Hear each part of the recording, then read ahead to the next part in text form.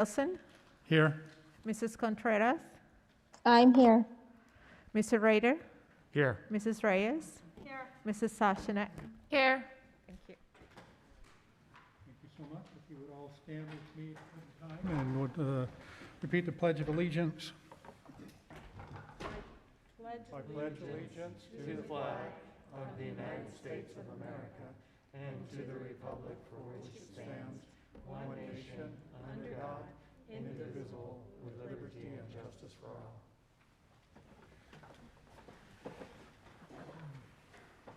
As for a moment of silence, let's go ahead and shut off your telephones there for just a minute. And I think the thing that comes across my mind this evening, of course, is the pandemic situation we still find ourselves in, and just the thought of our neighborhood over here in Goodyear having lost their mayor in the last couple of days.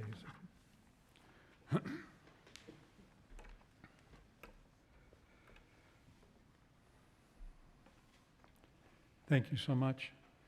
Any of the board members have a statement they'd like to share this evening? John, please. Thank you, Mr. President, and thank you for acknowledging that the West Valley lost an amazing person this weekend, Goodyear Mayor Georgia Lord. As many of you know, I work for the city of Goodyear and had the great privilege and honor of interacting with the mayor on a nearly daily basis. She was a dynamic leader who was thoughtful and kind in her approach, but who was never afraid to tell it like it is. She always conducted herself with dignity, grace, and kindness, and was an example for all of us.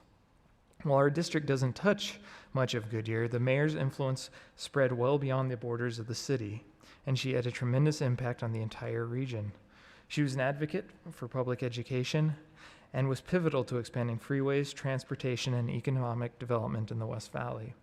Her leadership and friendship will be dearly missed, and I'd like to say rest in peace, Mayor Lord. Your legacy will endure, and you will not soon be forgotten.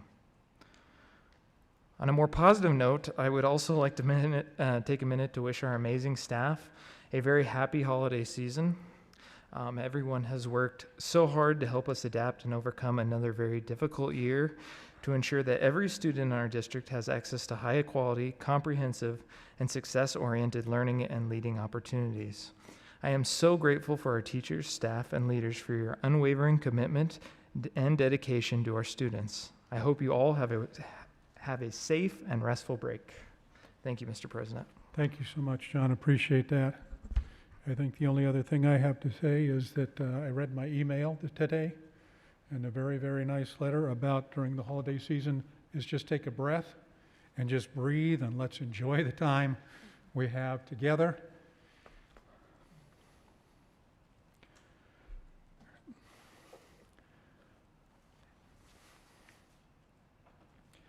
Because sometimes we don't know when that time together is not going to be. So let's enjoy that whole season, and just enjoy family and friends and being together this holiday season. Dr. Freeman.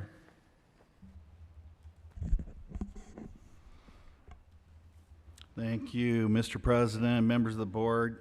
Good evening, everyone. Buenas tardes a todos, and I'm afraid.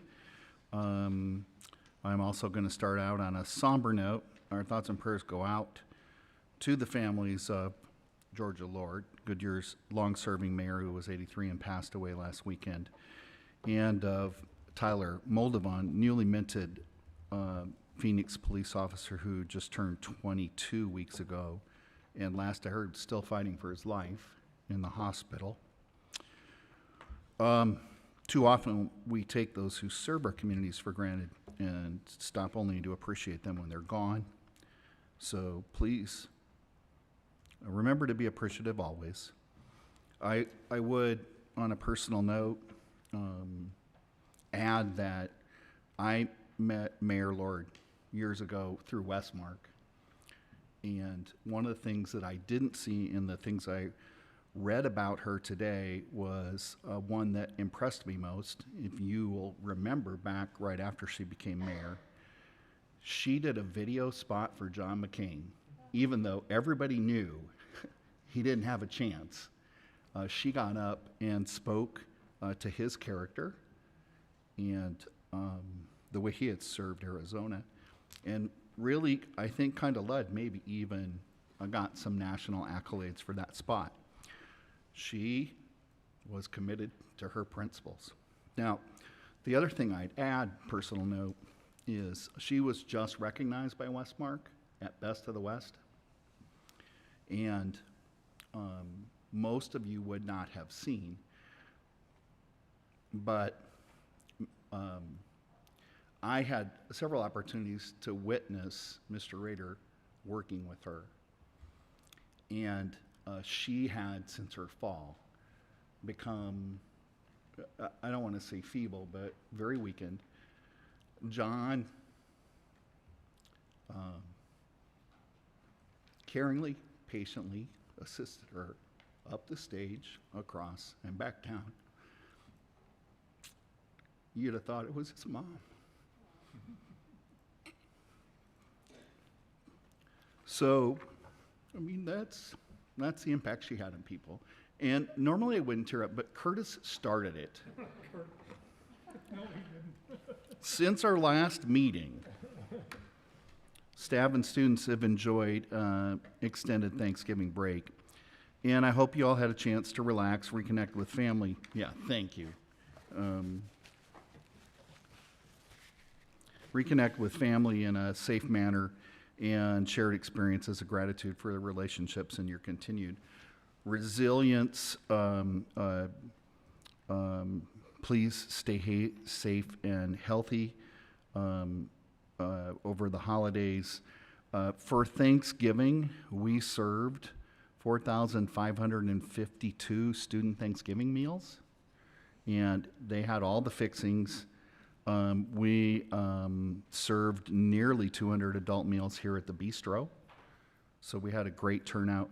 We're glad to see the number of meals getting closer to pre-pandemic levels and want to thank Southwest Food Services especially for going above and beyond the call of duty. Their efforts ensure all of our students had an opportunity to enjoy a typical Thanksgiving feast. And I want to apologize in advance, but I also need to ask something back from our community. We're asking everyone to submit a meal application survey. We've been fortunate that the federal government has allowed schools to continue to use summer feeding rules all school year. And we've been able to feed more people than before. Our bus drivers have been delivering meals to our remote learning families, but this creates another kind of problem for us because we haven't been collecting free and reduced lunch applications. We don't have a count of families in need. So much of our federal funding for our schools rises and falls depending on these numbers. Right now, that count is extraordinarily, historically low. This would mean that student programs and services will lose their federal funding, even though our students still have the need for those programs. We have permission to ask people to complete a very simple verification survey to get an accurate count of the need for services in our community, and then we can use that for our federal funding formula application. This will only work, though, if our families submit the survey. So we're expecting that next year's school meals program will be back in the typical application plan that people were familiar with in the past, pre-COVID. So please help us to continue to meet those needs and believe in caring. Our leadership team coordinated with the cheer committee to send a variety of food trucks and lots of love to our school locations to provide a unique culinary opportunity for all of our hardworking employees because we know the fall has been stressful and we believe in expressing our appreciation. We owe a special thanks to the Chase building team who's working with us right now to streamline the budget for the new school at Alomar for supporting that event. We also heard reports of site administration, PTAs, and committees throughout our campuses offering appreciation to staff through pies, desserts, breakfasts, and other delicious meals and goodies in the spirit of Thanksgiving.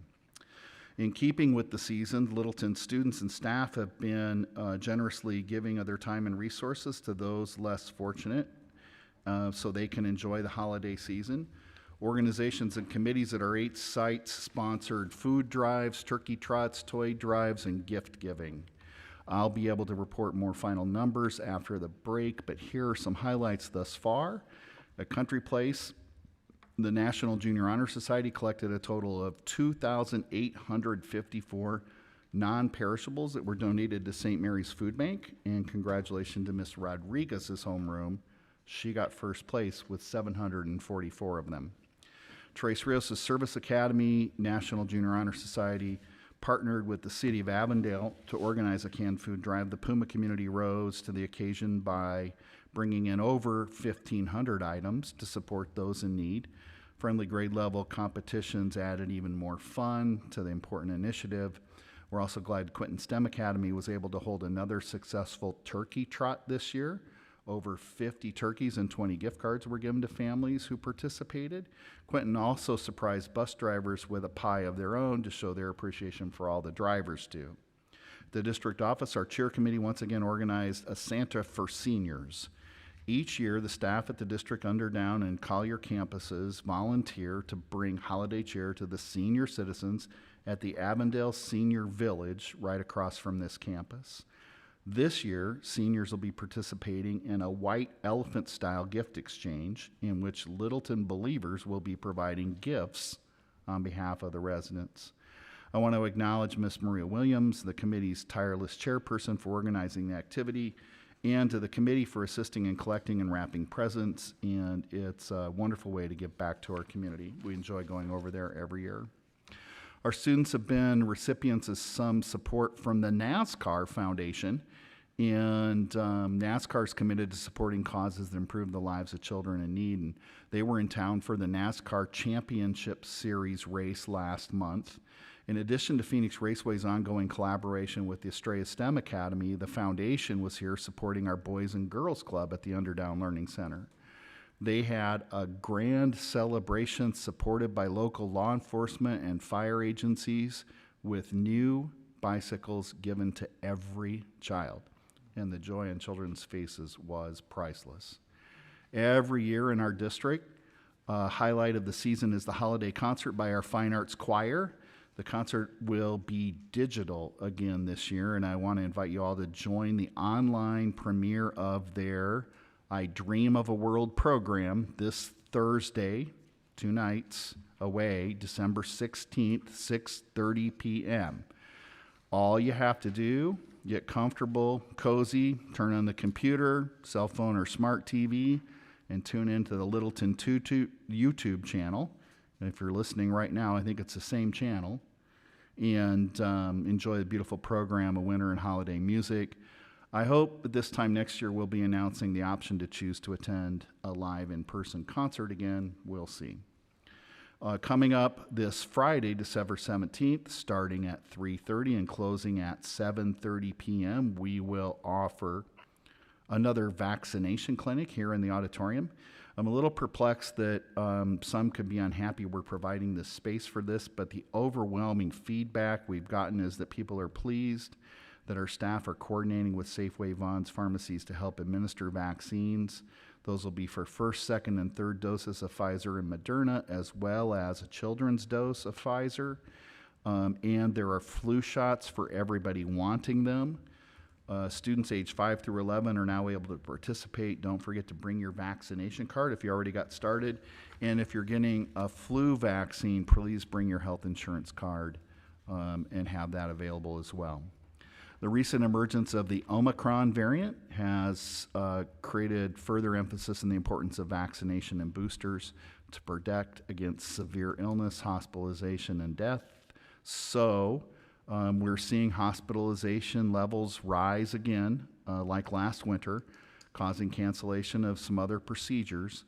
While Omicron doesn't seem to create illness as severe as Delta, it can still debilitate those who are vulnerable. So we'll be able to discuss that more later on in our agenda this evening, but we would like to thank everybody in our community for making efforts to stay safe and healthy so in-person instruction can continue in 2022. Before I close, I'd like to thank our 7th and 8th grade students who attended the Superintendent's Youth Council last week and their families for their support. This forum provides direct communication between the district students and the superintendent. Students develop their leadership as they share their voice and work together with us to help create a school district that's more responsive to their needs. The session this semester included discussion and feedback on character development program, our school focus and signature program activities, Kids at Hope activities, reading and math competency skills programs effectiveness, additional supports needed for attending school during the pandemic, as well as their feedback on some of the student behavior issues we're seeing this year. The dialogue is a huge benefit to our organization and is illustrative of the importance of constructive leadership and service to others. In closing, I want to thank Ms. Lockhart for facilitating our caring staff donations of over $1,600 through the United Way campaign, a portion of which is forwarded directly to our own Littleton Education Foundation, and to Ms. Vargas at Tres Rios PTA for their $150 cash donation for funds for student council activities. That's all I have this evening except for this. Strive first to listen, learn, and understand. Best wishes for a brighter 2022. And please stay safe and be well. Thank you, Dr. Freeman. We always appreciate your update and insight to what's going on in the district. For our program showcase tonight, Ms. Jizzy, are you in charge of that one? I am tonight. Thank you, President Nielsen, members of the governing board, Dr. Freeman. I'm excited to present to you our program showcase for this evening. Tonight, Dr. Fife, principal of Quinton STEM Academy for Health Sciences, will showcase Quinton's signature school focus, including the mission and vision, community partners, curricular connections, project-based integrated learning activities, and plans to continue to build the focus in the school community for staff, students, and families. As typical, following the showcase, she will introduce their Kid at Hope Student of the Month, 8th grader Sydney Stevenson, and recognize a dedicated volunteer, Mr. Daryl Culvert. We're pleased to welcome Dr. Lonnie Fife. Dr. Fife. Thank you. Good evening, President Nielsen, members of the board, Dr. Freeman, members of the executive team, and guests. My name is Dr. Fife, principal of Quinton STEM Academy for Health Sciences. This evening, I'd like to share with you our showcase presentation for Quinton, in which I'll review our mission and vision and highlight some of the ways we are strengthening our school focus of health sciences. Through a collaborative effort with all staff, we developed our current mission and vision. Our mission is Quinton STEM Academy offers the highest educational experience for students, building a strong community through opportunities dedicated to learning, making positive and healthy choices, and showing pride in our kinesthetic classrooms. Students and staff are actively engaged in the learning process with collaborative discussions that empower success for the future. Phrases like highest educational experience, strong community, and engaged in the learning process were selected to specifically describe instruction at Quinton. As we continue through the presentation, connections to these phrases will be made. Our vision is empowering students for future success. Staff created this vision because we want our students to not only show success with us, but also in their future endeavors, whatever those may be. As mentioned in our mission, we want to develop strong community relationships with our educational and business partners. One of our newest partnerships is with Sun Health. Sun Health maintains 3 communities that assist older individuals live longer, healthier, and more purposeful lives. We are planning with Sun Health to share with teachers and students the healthcare needs of our area, helping to ensure that our students know the types of careers they can have in the health field and how they can give back to the community that they live in.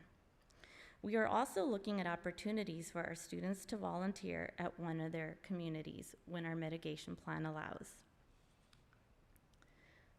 We are currently continuing our partnership with WestMec, a public school district dedicated to providing students with innovative career and technical education programs to prepare them to enter the workforce.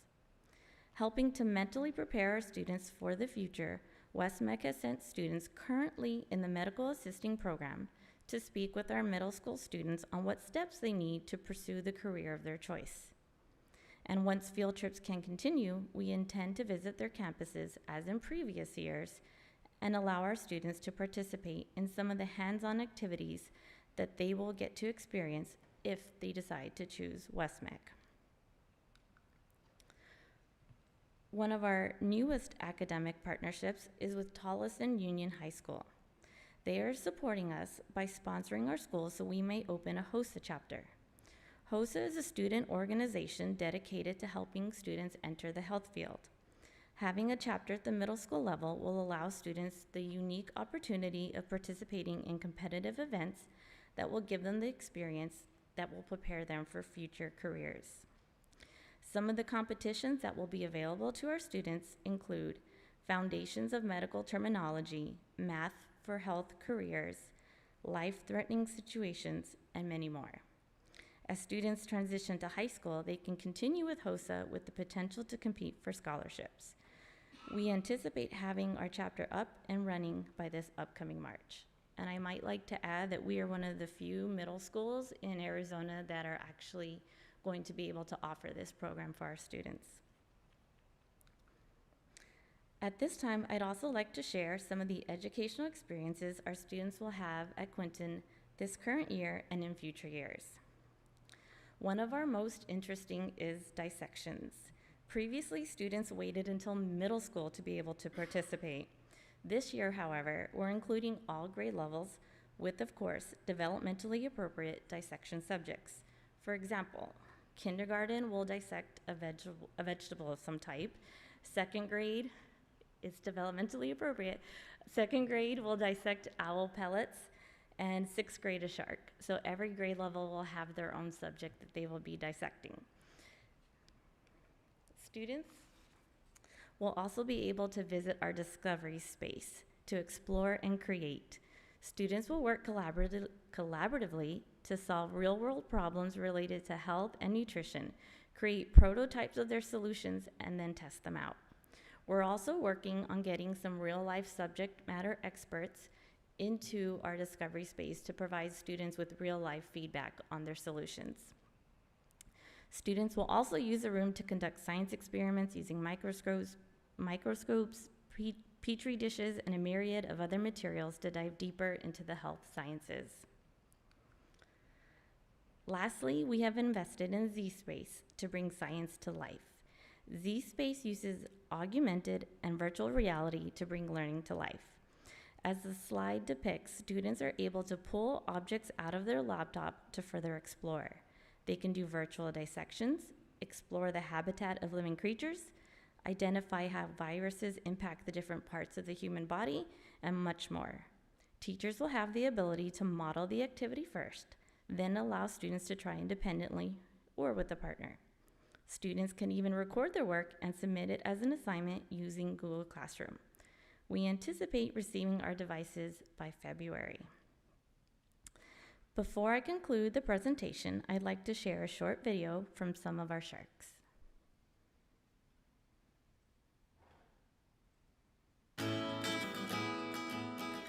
Dissections are important for hands-on, but one of the biggest things is that they get to see what's unknown or the unseen, something that's invisible to them. And so when they open something up, they can see a vein, or they can see parts of a leg or a muscle or important parts of the body, whatever they're dissecting.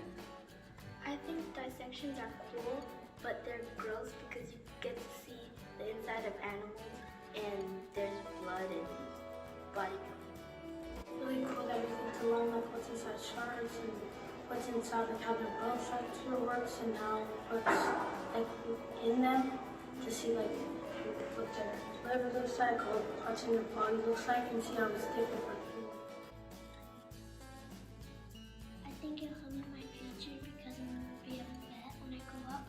So it'll help me learn about how the animals look inside, like how they look inside, so that I can help them feel better.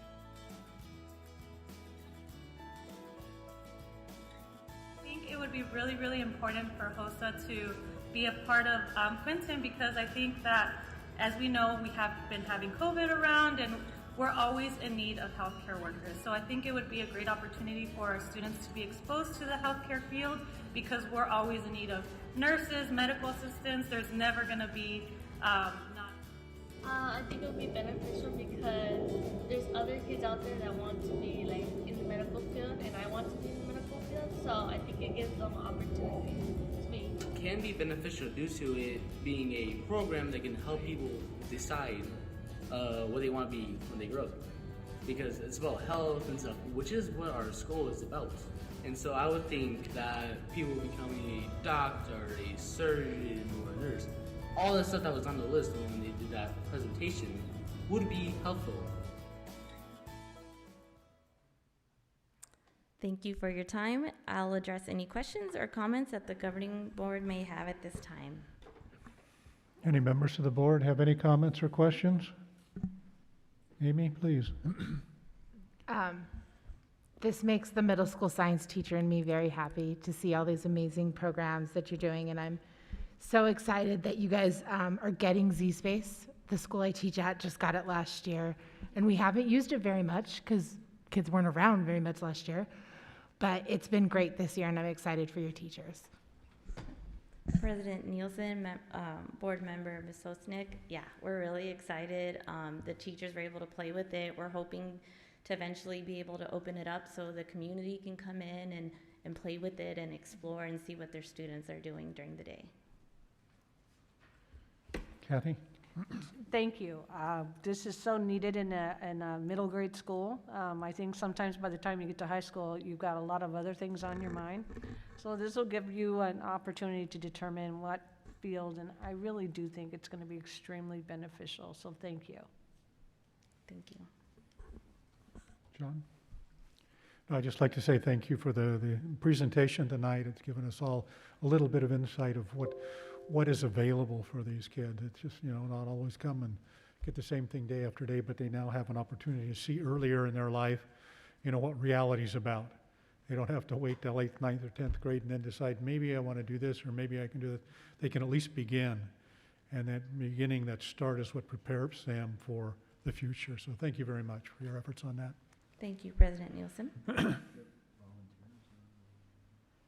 think now we're ready for our Kids at Hope.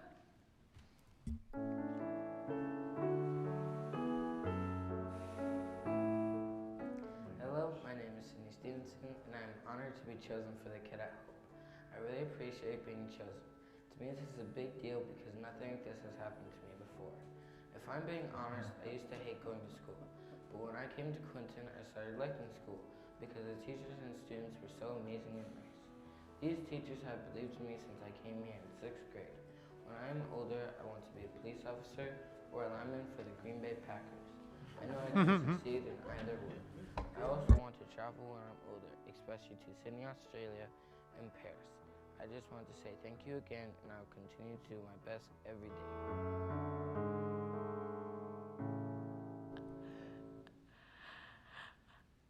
Okay, that was awesome. Now we'll hear a little bit about our Volunteer of the Month.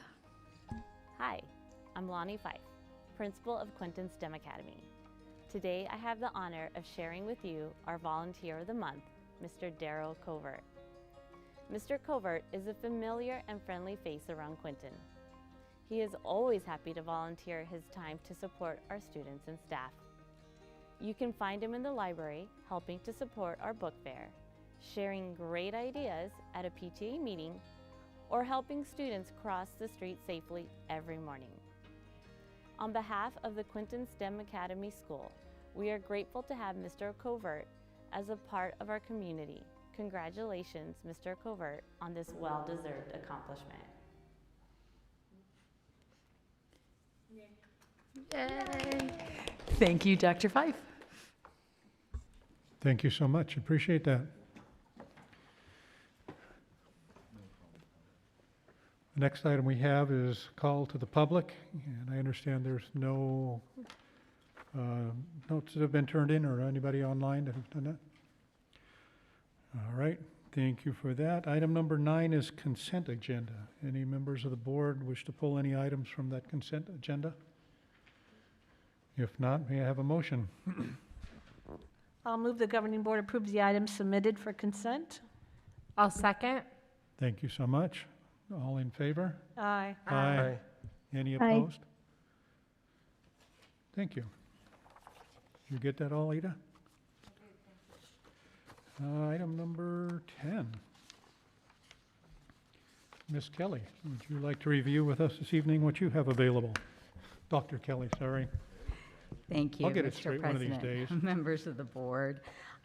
Last meeting, we did a little preview about bringing this presentation forward on this class split prep loss compensation proposal.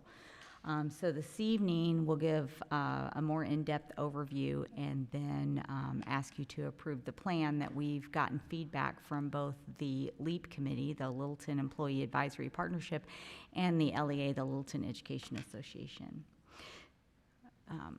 So the cause for change of this is really on 3 points. There's a lack of substitutes, which has been a historical problem in the district.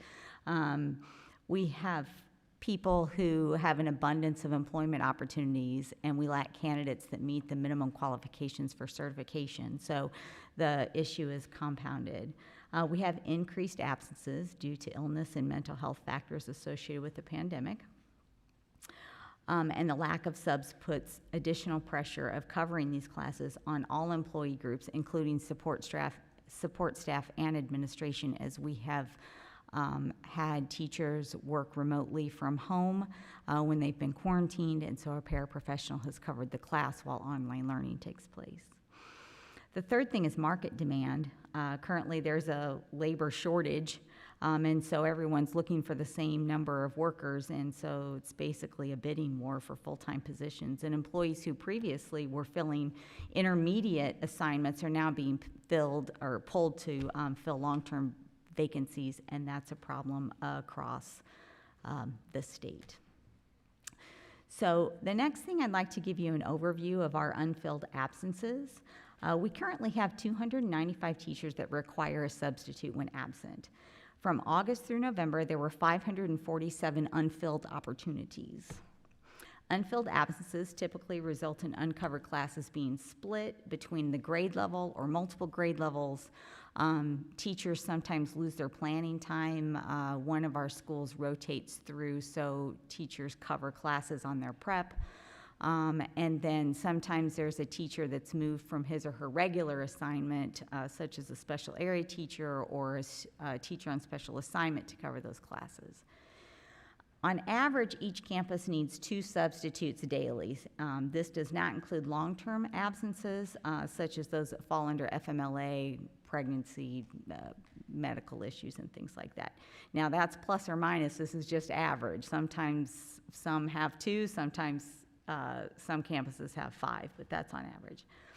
So each semester, the Human Resources Department has a budget of $90,000, which does include benefits. That's set aside for these daily absences, not long-term. That's a different budget.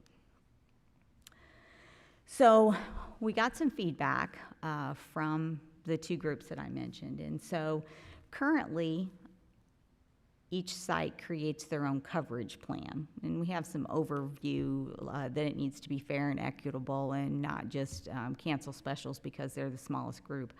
So the LEAP committee asked us to do a district-wide coverage plan so that the compensation would be equal for us to do that. And so what we did is we took the best of each of the plans. Actually, 6 of the 7 campuses were pretty much identical, so that was the easiest thing to do.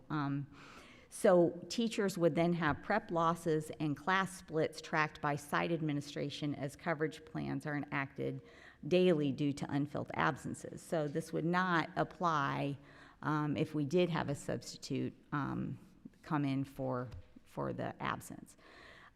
These tracking sheets, teachers will be have an opportunity to view and check those. It will be a read-only.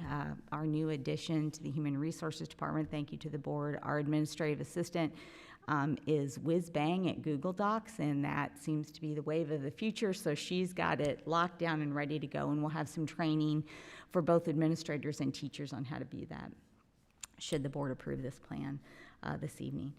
Teachers would be eligible to receive compensation after they've covered the equivalent of 2 shares in a semester. So with that in mind, I'm going to tell you how they receive a share next. So a portion of a share would be assigned based on the number of teachers covering a split. So if there are 4 teachers in a grade level, which there are at most of our schools, 3 teachers take the students from those classes. So each teacher that took that would receive a third.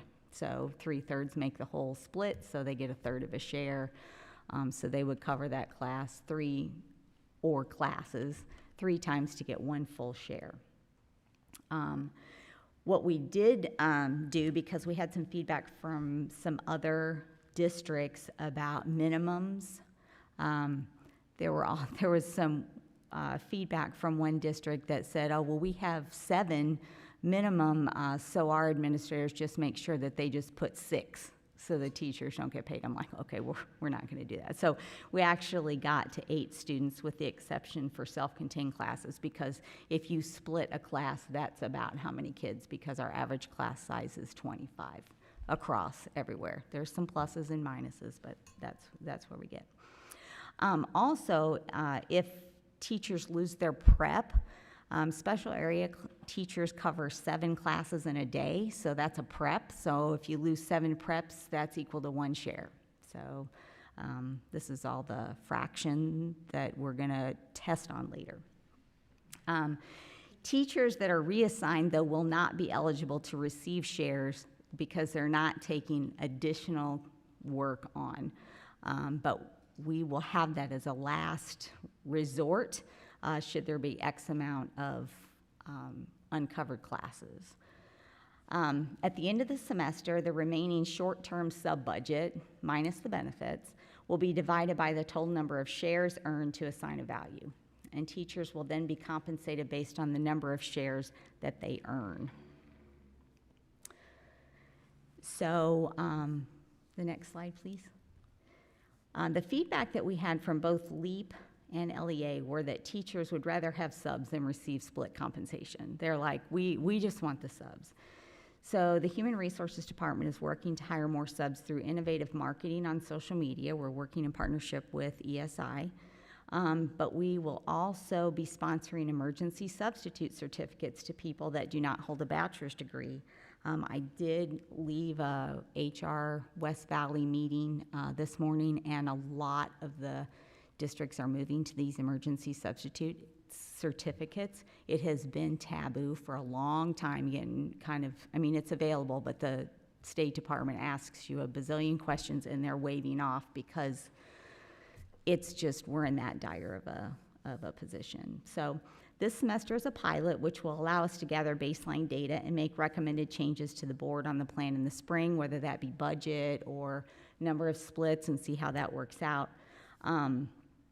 We think having a larger subpool would do more for morale than the limited compensation from the proposal, but it's something to show we care about this additional work from our teachers. So going back to an example, the plan was developed using initiatives from the past, including our sharing the pot from 301 plans, like we would allocate each teacher a dollar amount, and there would be X amount of absences, and we would divide that out. So our teachers are very familiar with this, and they ask for this. They're like, we know it could be $12, but it could be like 120 too. So it's like roulette table. And also the share idea came from the TAP grant when we had that a few years ago. So this is just a very simple example, and I had Mr. French check the math. If we had $26,792, not including benefits, left from the budget, and the total number of shares is 182, each share would be worth $147. So that is what we came up with. We've gotten positive feedback, and we will bring some updates to the board and include that in the board update should the board choose to approve the plan. And of course, I'm available for questions or comments. Thank you so much. Appreciate that. Any questions that you'd like to? John, please go ahead.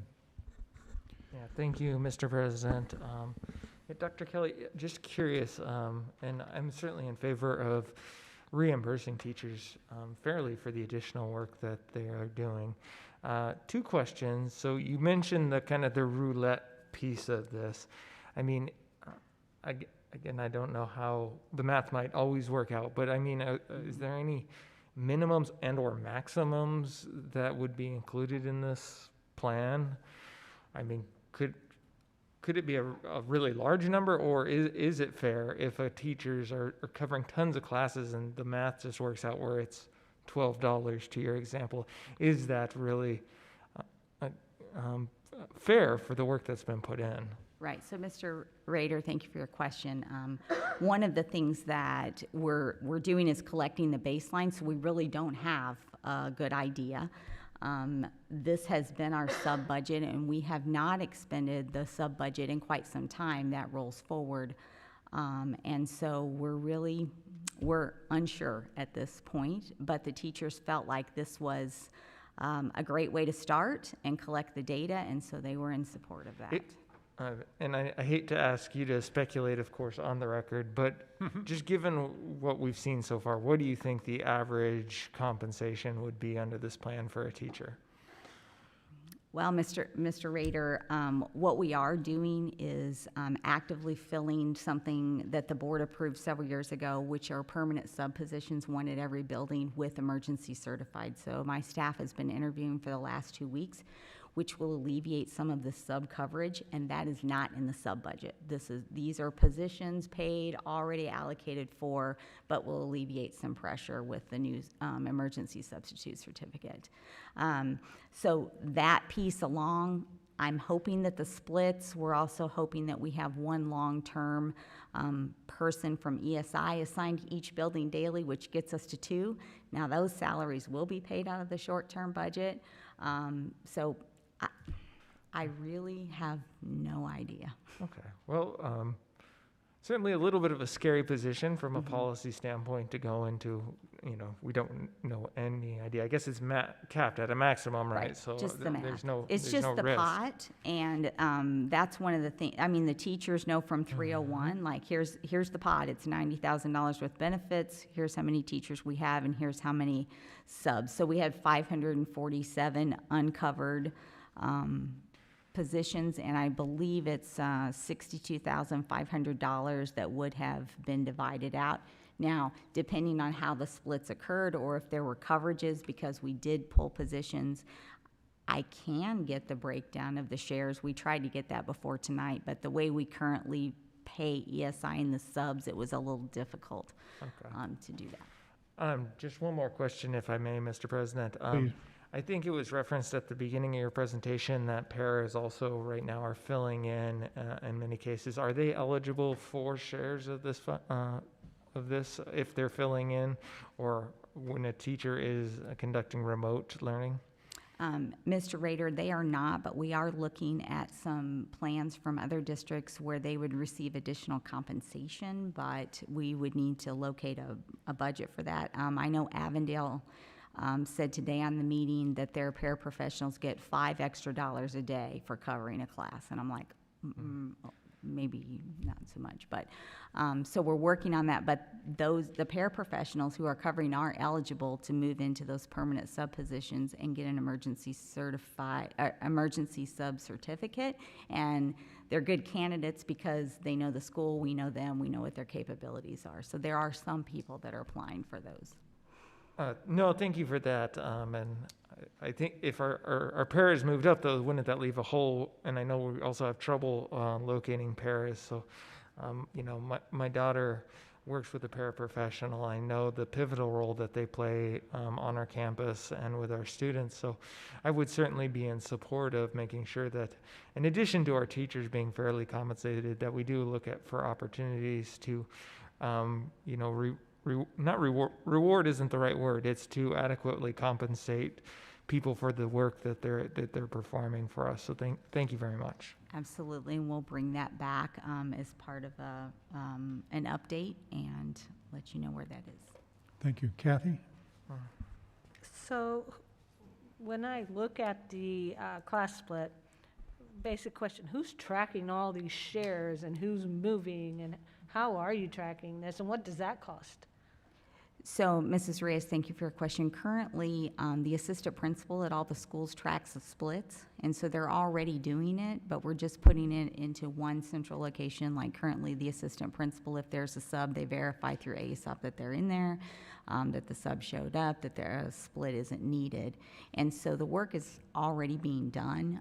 This will just be verification for the ASOP report on the Google Docs, which the Human Resources Office will do. Next, outside, so have you tracked excessive absenteeism outside of COVID and outside of FMLI? And what are we talking about in terms of that? Mrs. Reyes, thank you for your question. We have been doing that. Mr. Diaz, the new Director of Human Resources, has a daily meeting with his administrative assistant who takes all the data from ASOP, downloads it into a Google Doc, and we track for excessive absenteeism. We also have notations whether they're quarantined, if they're out for COVID, what the exceptions are. One day last week we had quite a few absences, and it was due to graduations occurring, professional leave that was approved quite some time ago, and so we are counseling supervisors into you have to keep track of the things that have happened before and the things that are happening now. And so yes, we do track that, and if there's excessive absenteeism, we take care of that through our normal discipline process. So what is our absentee rate outside of COVID and FMLA? Do you know right off? If not, you can get back to I can get back to you, Mrs. Reyes. I know the ASOP report actually says we're right at the state average, and I tried to do some additional digging with filters, but it was not available, but I can do some more What's the digging. state average? It was about 10%, and we were right there. Okay, thank you. Oh, wait, I have a few more. Oh, okay. So, with this share money that's paid, is that considered income, so it's pensionable, or is it treated as bonus cash? No, Mrs. Reyes, it is taxable income, part of the So it is regular- pensionable? Yes. And then a pilot, giving a pilot and taking it away is never easy. How will you disclose that understanding this is just a pilot and that this may or may not continue? How is that communicated? So, Mrs. Reyes, one of the charges of our LEAP committee is to communicate the work back to the sites. But we will do a large communication rollout on this should the board approve the plan tonight. So our LEAP representatives have taken that back and gotten feedback from their constituents and then brought that back. And that's where we know that they'd rather have subs than the split. But they're grateful that we're trying to do something. And then one last, piggybacking off John's, is I'm all for paying paras that are working above and beyond their own job description, which absolutely they are. And so whatever that looks like in compensation, that's only fair if we're willing to do it for teachers working above and beyond or out of their class. It's only fair that we treat all staff the same when they're out of their own class or their own job description. So whatever needs to happen, I think that is absolutely a fair way to go. So thank you. Thank you for the feedback. Thank you. Amy? Thank you. So I'm trying to figure out my thoughts. If I'm a para and let's say I get the emergency sub certificate and you need an emergency sub, what I'm picturing in my head is that I'm going to call in sick as a para and come in as a sub. Do we have substitutes for paras? Ms. Soshnik, that's a great question. So we do not do the flipping back and forth. Okay. If a para decides to take the position of a permanent sub, they're a sub every single day. Okay. Then we would need to refill the paraprofessional position. A few years ago, we did try to go back and forth like that. It's a little bit of a payroll nightmare because you jump from exempt staff with benefits of one way and support staff and hourly, and so payroll pleaded for us to not do that anymore. So we're looking for alternative ways to do that piece. We also looked at the average paraprofessional salary to see if it equated to the daily rate of a substitute, which is $115, and we're pretty much in line for short-term absences with the rest of the valley. And some paras make more than that a day. And so that's why we're exploring the additional pay if they're covering rather than just paying a flat rate. That's another reason. And not that this would happen, but just a what if I am an administrator and I want to just divide out a class so that there's less than 8 students in a class, then that means none of the teachers are getting a share if it's less than 8, if I'm understanding this? That is correct, but we will monitor and make sure that that is Okay. not the I mean, case, just to I do don't think anyone savings. would do that, but just in case. Yes. I just had to ask. All right. Thank you for Thank you. asking. Thank you. I think the only questions I've had have already been answered. I was concerned about tracking all of this. But if something's in place and it's not going to be too difficult to do, yeah, we need to look at it. If it's going to be a whole new software system, that's another thing right there. The payment then per share, it comes up each semester or each? Mr. Nielsen, thank you for that question. It actually is by semester. We currently on the payroll calendar have a semester payout for component 4 in our 301 plan, so this would be tacked on to that. And it would not cause us to run additional payroll or do any additional work for our payroll staff. So it would start second semester, third semester, or after Third Jane, when we quarter. come back, at the end of that semester, there would be a payout, and at the end of the year.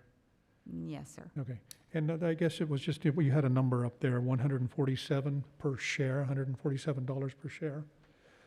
Is, you earn a share, that's $147. If I earn 2 shares or 3 shares, it's 3 times that amount. And That's that's then what correct. would be added to my paycheck at the end of the semester. A separate paycheck, but yes, that Oh, is okay. correct. It would come out separately. Yes. Okay. So what we're looking at this evening is approving that class split and the prep loss compensation, and also the piloting of the substitutes, and as we were talking about earlier. Is that the 3 items? There's 2 of them on here. Yes, sorry, Mr. Nielsen, my Okay. scroller got off. Yes, we're recommending that the board approve the class split prep loss compensation plan, which is, the pilot is part of that. So if you would like to make a motion to approve the class split prep loss compensation plan for the second semester of fiscal year 2022, that would So be the that's- work that we would be That moving. second semester is the one that ends, I'm sorry, right now. It will begin after the holiday break. So it's January to May. Quarters, semesters, okay. I'm somehow getting my quarters and semesters messed up, okay? Before Third and we fourth make the quarter. motion, where does it say pilot program in this motion? It's actually in That's what I the, was asking. I want to make I'm sure a we've little got all of those things in there. You're only approving the second semester of the program, so it's not implied to be continuing. I gotcha. That's why second semester is written into the motion. Okay, thank you. This is Amy. Well, and I move that the governing board approve the class split prep loss compensation plan for the second semester of the fiscal year 2022. And do I have a second? This is Mr. Rader, I'll second. Thank you so much. All those in favor? Aye. Are there any Aye. opposed? Thank you. It passes, and we'll look forward for some additional information on that. Dr. Freeman, item number 11. Thank you, Mr. President, members of the board. We're pleased this evening to be able to invite into our Zoom staff members from the city of Avondale, Mr. Kevin Murphy and Ms. Jody Novak, who are in the Development Engineering Services Office. I was at a meeting with Avondale staff, I think maybe a month ago, and they started going over everything that's been happening in the city and a large portion of it in the Littleton School District. I was overwhelmed trying to keep up with taking notes, and so they've been gracious enough to come via Zoom to our meeting tonight to go over with the board development activity, both residential and some commercial. The commercial is important because it will add to our tax base and our authority to borrow, and as you know, the cost of construction is going through the roof, pun intended. And so having additional capacity in our tax base will help. The residential development, of course, has the potential of creating demand for enrollment. And so those are two things that are both going to be on our radar.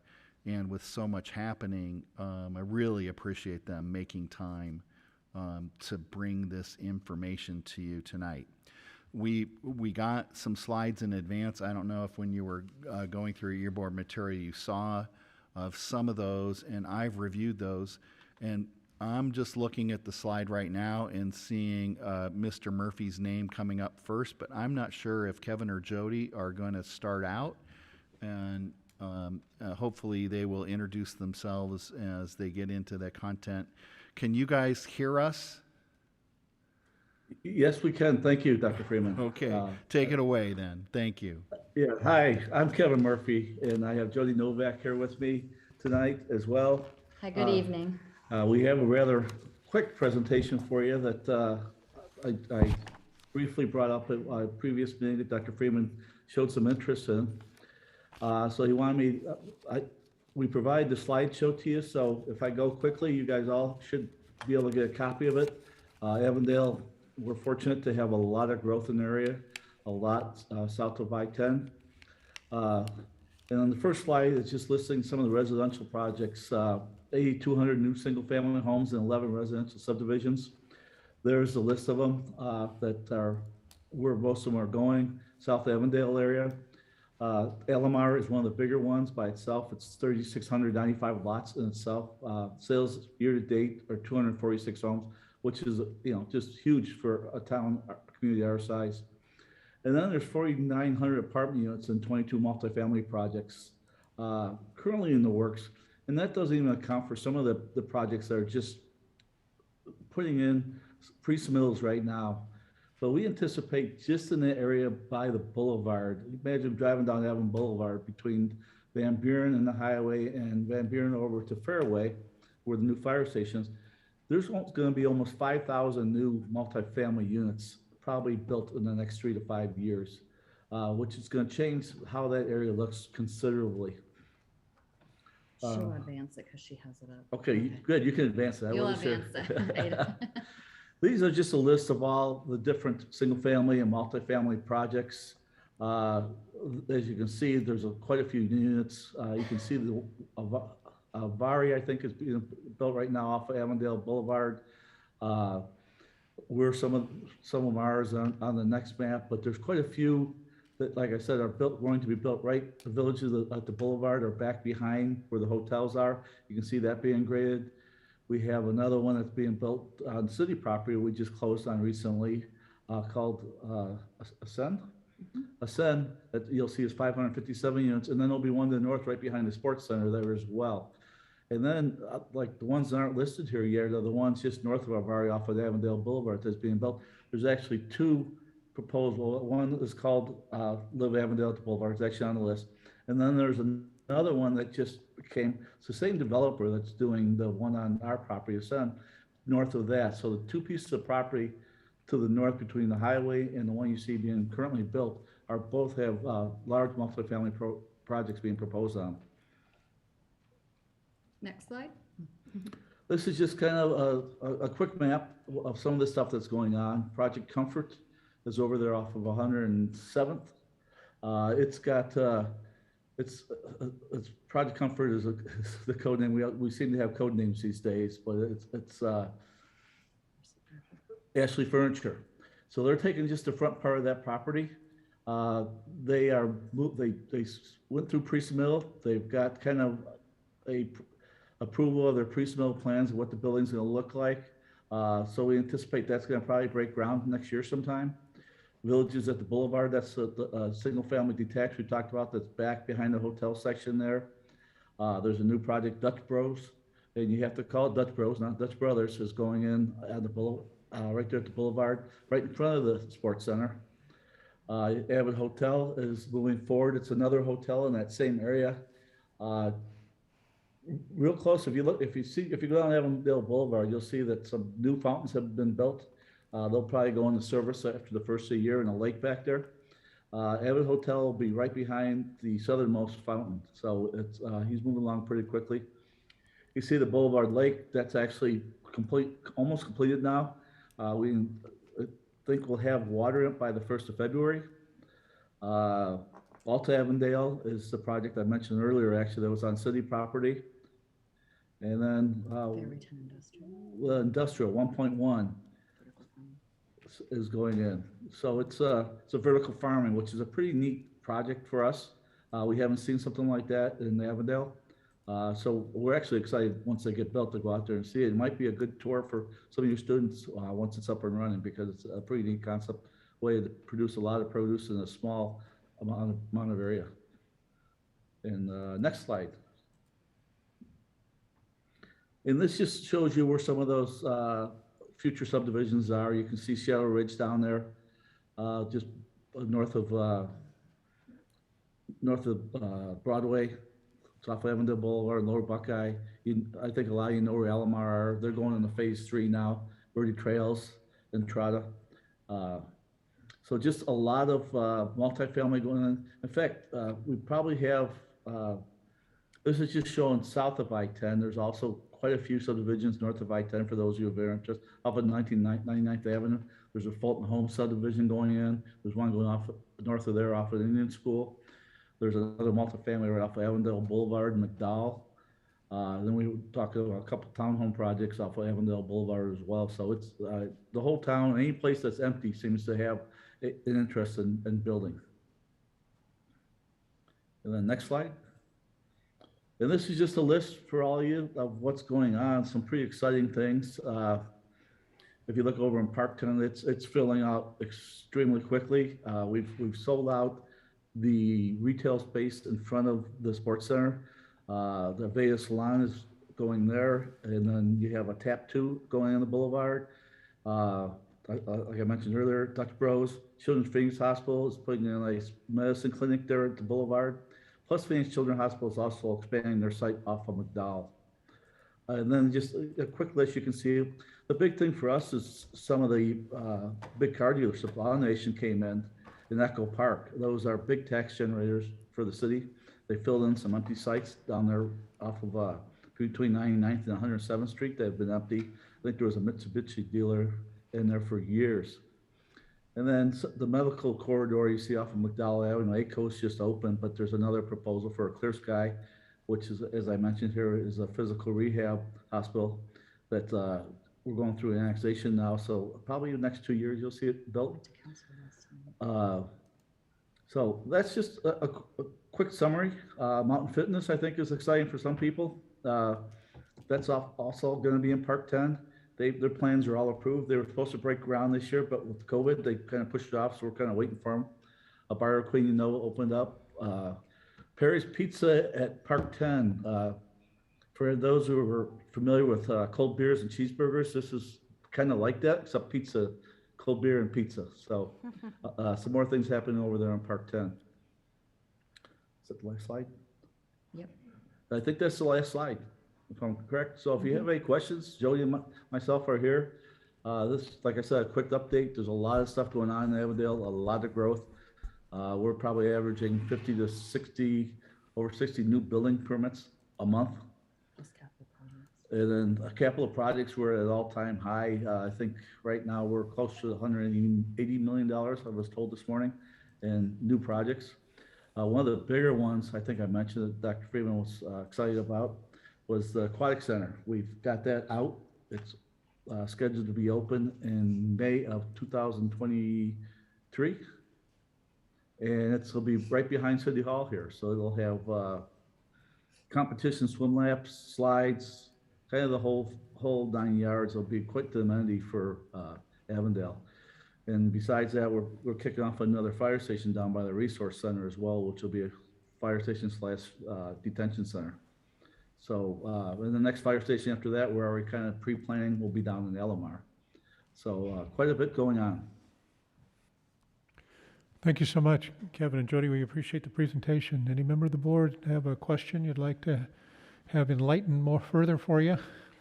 This is Kathy. I don't need enlightened, but I just have a question regarding grocery stores, shopping centers, sustainability for all these residential products. So I'm curious what the plan. I don't see any, so I'm just asking: is that somewhere coming in the future, or what does it look like?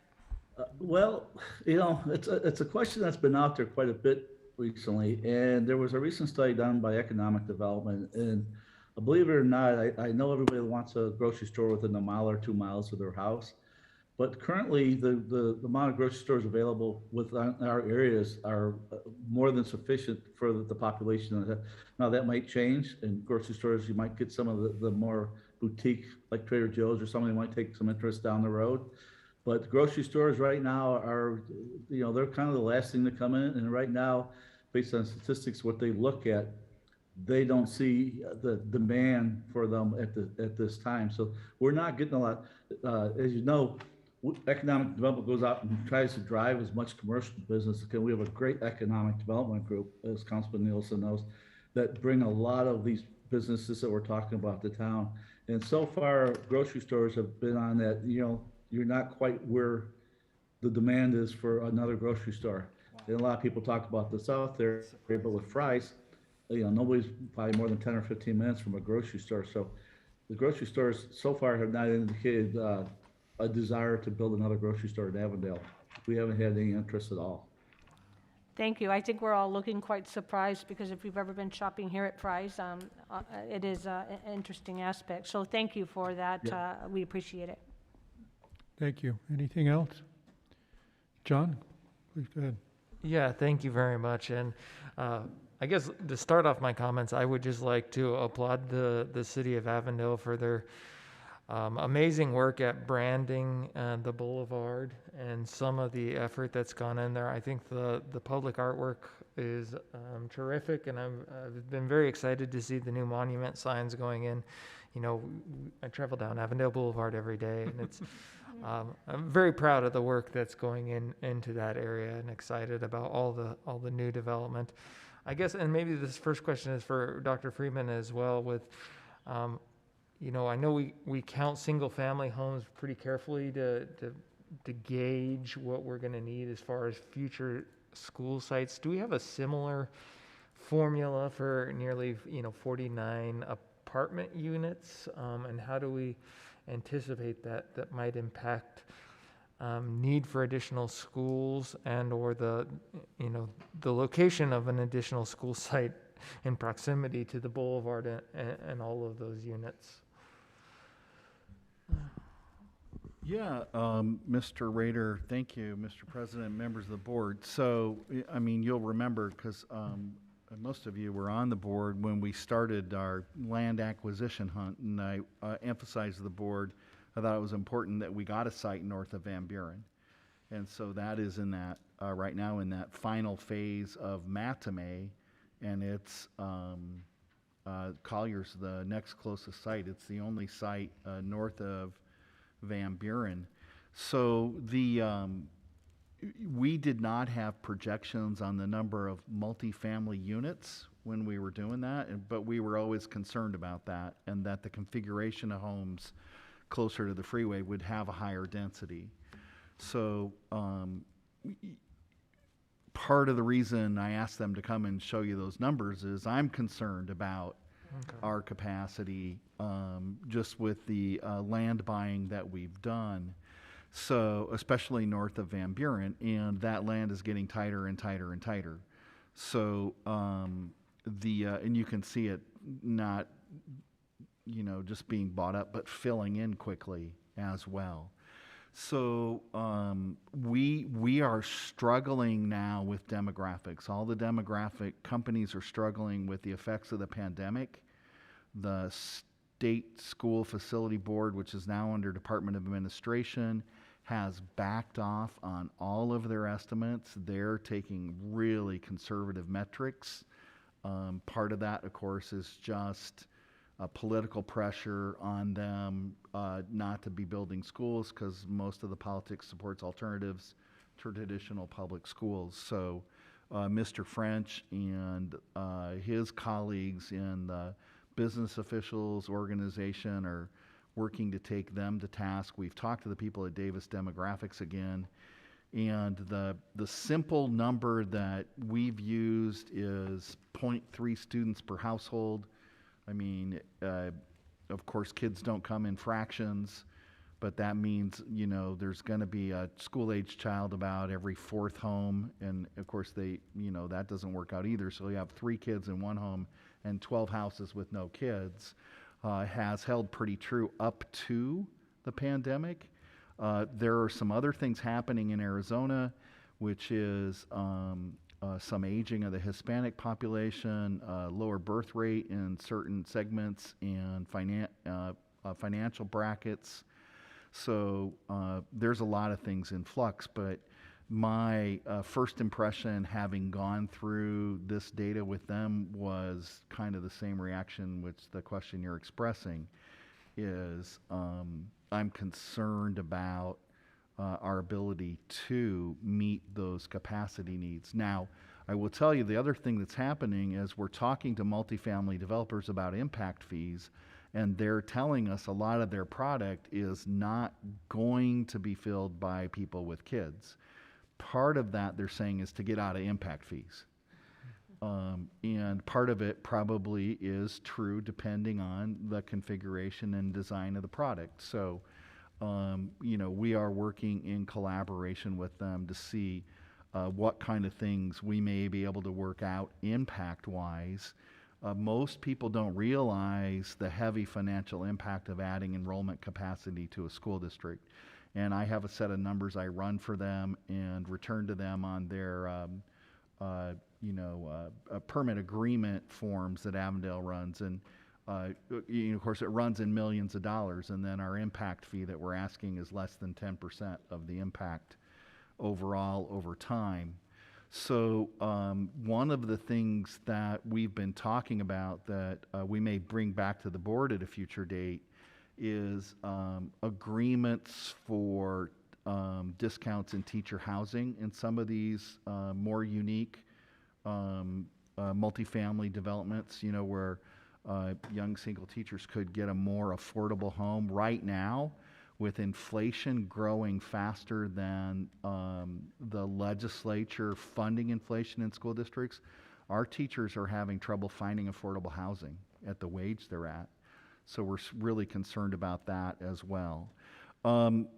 Kevin, you know, you went pretty quick through those, and there were a lot of things at Park 10, and I've lost my bearing on where Park 10 is. Could you pop a map up and show us kind of the boundaries of that? Yeah, Jody can pop one up for you. It's north of I-10. It's essentially where BioQueen is, Costco. Okay. We're interested in south of McDowell. Yeah, that's I brought that up just as of interest. Okay. South. Is any of that medical expansion? Mostly south of McDowell. A lot of it south of McDowell. Is any of the medical corridor expansion south of McDowell? It's yes, it's on the south side of McDowell, Yeah, but it's okay. north of the freeway. And you know, this may be I don't think it's totally off topic. At least it's not for us. I read something in the paper about the council having concerns about the development, the Vanderways section at Lower Buckeye and Avondale in the southwest corner. We had pulled off of talks with them for a school site there because they had moved toward that idea of the processing center. And it's kind of sounded like, from what I read in the paper, feedback from council, you know, maybe people were interested in having that be residential or multifamily. That's going to be further south on Avondale Boulevard, just south of Lower Buckeye. Yeah, they had come in for a general plan amendment. They've now withdrawn it. They're still looking at a non-residential use on that site. Okay. So they're still in talks with some people. The city's concern is the amount of water that data centers use. Essentially, one data center can use as much water as a population of about 50,000 people. So you can imagine what some of the water shortages going on. Right. a real concern. If you've been reading about some of the stuff that happens, so that the concerns have been expressed over in Chandler, it's noise, it's building height, and it's water usage. And Yeah. so there's that project right now is kind of in a hold pattern. I know they're still trying to solicit. That whole area was zoned for single-family residential. Right, that's what it was when we were looking at it. So that land may open up. Yeah, it may open up. I think it'd also be a great corner for a grocery store. We've had that over and over and over again. In fact, we almost told them if you bring a grocery store, everybody will probably love you. But like I said, the stats right now just are not supporting from what economic development is telling us. And Kathy and Councilman Nielsen know our economic development folks. They do a lot of research to determine who can they attract to town. Well, you can see on the screen right now is McDowell. Between ACOS is the building kind of right there in the middle. Right. Phase 2 is right next to it. And then Clear Skies, that empty green field, we can see the yellow lines, that's actually annexing into town right now. And then Park 10 is Park 10 is this whole entire that whole entire area over there. That's kind of an older map. As you'll know, I think Bio Queen's been built since then. The whole C-stores have been built with their same Right, right. Mount Fitness will be over closer to the corner. So there's a lot going on. The hotel's finally getting completed after. That's in a different project. That's Gateway. But that's Gateway, yeah. And we had a little discussion today, and I apologize in advance. I didn't prep you guys for this question, but the traffic at 107th, I-10 in McDowell is just driving people nuts. And I've talked to the city manager's staff about it before. They were concerned that they didn't have ownership or right away to expand that. But gosh golly, you guys. We have it. That project's actually been in the works for almost 3 years now. The bigger holdup was actually on that corner there. You have Bureau of Reclamation control canals that go through SRP. Oh yeah, right we've through worked the with corner. them before. Yeah, I get And it. we just got approval from them literally last week, and that project's going to move forward now. So I forget what the timing is, but I think we're approved to start moving dirt out there possibly as early as December, and that will include that right-hand turn lane off 107th on McDowell, which causes quite a few backups. But we have all the right-of-way necessary now. On that corner, which I didn't mention, is also proposed a quick trip with a tire store on that southwest corner. And then on that. There's where you get your groceries, Kathy. Quick Trip. Yeah. So that whole area is going pretty quickly, and there's been a lot of, believe it or not, there's been a lot more multifamily proposed along this corridor that staff has indicated we're not in support of unless there's a big commercial component that ties with it. Right. That includes that Avondale Boulevard where Jody's pointing at right now. Avondale Commons. Avondale Commons is right there. You'll notice there's a corner there that before, I think it's 50% can be developed as multifamily, they need to bring on a commercial component. And to the left of that, in front of the substation, is also another multifamily proposed. Townhouses. Yeah, And that'll we make. have inquiries on the southwest corner and the southeast corner. So these landowners have actively been working with both our development engineering services and our economic development staff, looking at trying to do some mixed use projects here as well, just because of obviously the frontage and the traffic on the freeway, but also looking at the success that we're having with the whole Boulevard master plan area here. We also have some increased development in this area. Fairway 10 industrial is just about to finish. We have another industrial project called Fairway Commerce Park going to Planning Commission tomorrow. And we have a city fire station under construction right here, Station 175. And we've got some other projects that are being looked at on these corners as well. So almost everywhere you turn in the city, from the very north end to the far south end, there's a lot of inquiries, prospective projects, and projects that are in queue right now. Yeah, we were noticing all the commercial activity in that Fairway area. Did any of that end up being enterprise zone property? No. No.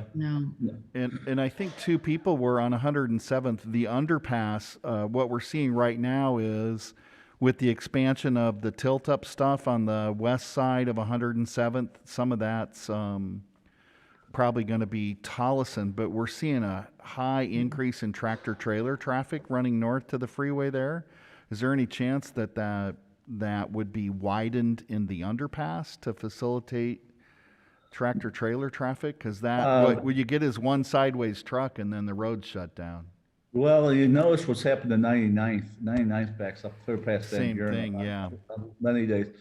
We have in our 5-year plan to actually add a right turn lane off of 107th going onto the freeway, which will help relieve some of that.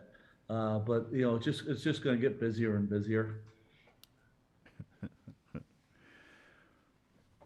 But the improvements that we're mostly will help the most is getting that 107th widened at McDowell Boulevard, and we also have plans on McDowell Boulevard for widening as well.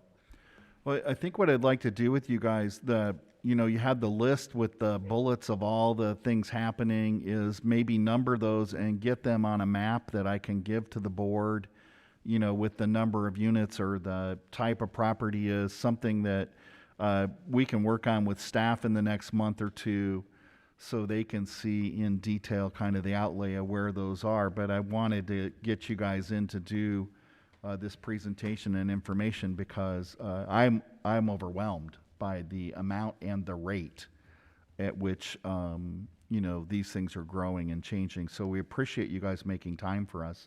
And Mr. President, I don't want to jump ahead of the board and if there's anything else, other questions people have.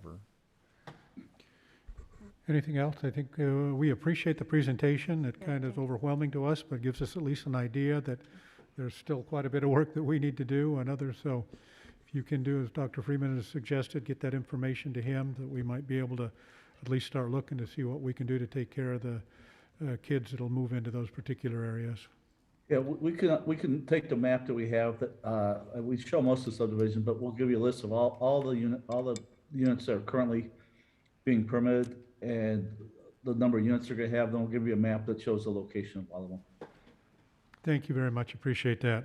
Appreciate your presentation. Thank you very much. Have a good evening. Thank you. With that, Dr. Freeman, I think you've got the next item, number 12. Make your day data. I do, Mr. President. Members of the board, thank you. This item is a follow-up to a question from members of the board, which I think came out of the kind of abbreviated monitoring report that we did. And so some of the data collecting that we've done in the past, a little bit like prep loss and class split coverage, was being done at the buildings, different methodologies in different offices. And so we have been working over the last couple of years to do some standardized and centralized data collecting on not just cleaning up suspensions, but make your day and on-campus suspensions. And then the pandemic fell right in the middle of that, which threw off all of our plans. So I want to bring the board up to date on what we do have and what we have been doing. In order to do that, we've gone through 3 years of data, which we think that we can draw some comparisons and conclusions from. So that was fiscal year 20, moving us into the pandemic, 21, which was mostly pandemic, and 22, which is the current year, which is not quite halfway underway. So you can see here in this slide, we have 2 basic approaches to student conduct and citizenship. Make Your Day has the step 4. PBIS, which is Positive Behavioral Interventions and Supports, is used solely at Country Place, and that's why you see the intervention is Mustangs on campus, because Country Place mascot is the Mustangs. So those are the 2 kinds of data that we were looking at, and we started collecting suspension data and standardizing that in Synergy. But 2021, was the first year we tried to collect step 4 and on-campus data collection in Synergy. And, you know, we came back just for the last quarter of the year. So you'll see some data on that. Prior to that, campus discipline was kept in the school office and only suspensions were tracked. But we're going to show you a chart and how that worked. So before you leap ahead, and you'll see this in the chart, fiscal year 1920, we had 47 days in person. Fiscal 2021, 139 days.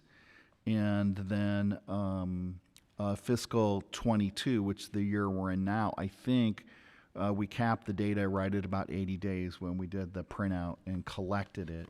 And so some of this is just dependent on how many days we were in person. Nobody was in school suspended or on step 4 at home. So there is some limit to what we're going to be able to show you. Okay, let's move on to the next slide then. What we don't have is minutes spent on step 4 or in Mustang rooms. That wasn't tracked. So the data being presented are on incidents. The Mustang rooms usually were assigned in day increments. Step 4s were supposed to be handled within the same day of the incident. So there's not supposed to be a step 4 that carries over for multiple days. If that happens, it begins to be treated like a suspension, and the parents need to have a readmission conference because they've been out of the room too long. So the assumption is there's no step 4 that exceeds the length of a school day. You would have had to get in trouble lining up outside your room or in the hallway before the day started for it to be a 7-hour step 4, and your parents wouldn't come in all day. So probably most of those are a couple hours, maybe I'd say 2 to 4 hours each. And so there's a difference in the way those two were handled between Country Place and the other schools. To align with the mitigation plan, schools started using intervention rooms in the same grade level. So in step 4 before, the thinking had been move a young child to an older room or an old child to a younger room so they weren't going to have any peer stress, like kids would be making fun of them or seeing them later. Today, what we're doing is we're moving them to a peer room in the same grade level, which means even though they're on step, they have the opportunity to benefit from the instruction auditorily, visually, even though they're waiting to do work. In the Mustang room, they will have work, and they could be there longer for 1 or 2 or 3 days sometimes, depending on the situation with the parents. Each one is different. So the data is going to be by incident, and we didn't have any way to track time. They're working on that now.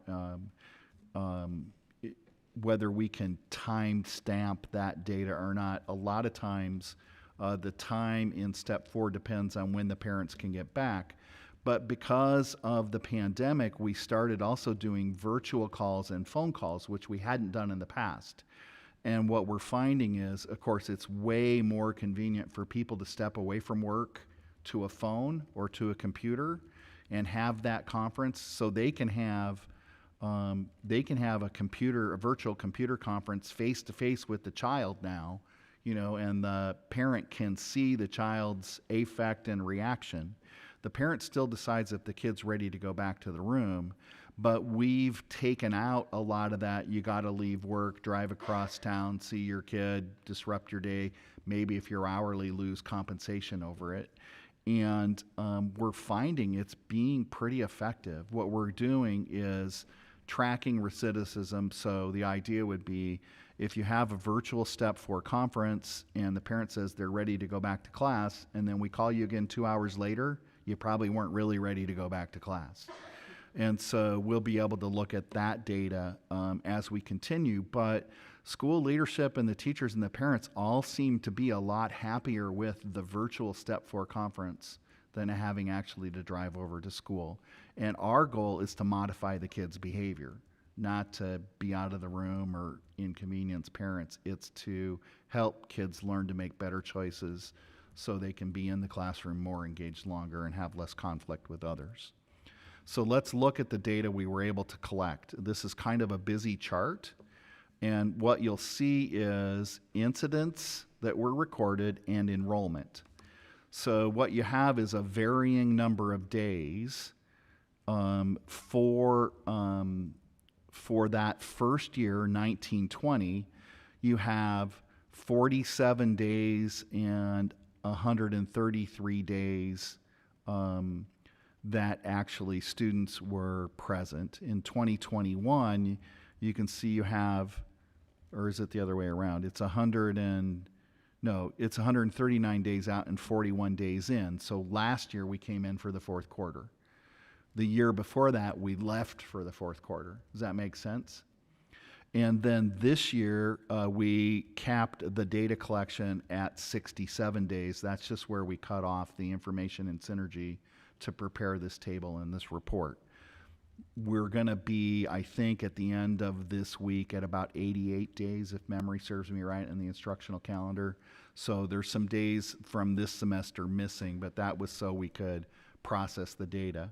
Now, since the years are all different lengths and the schools are all different sizes, we put this data in incidents per pupil and incidents per day. That gives you a little more comparison across years.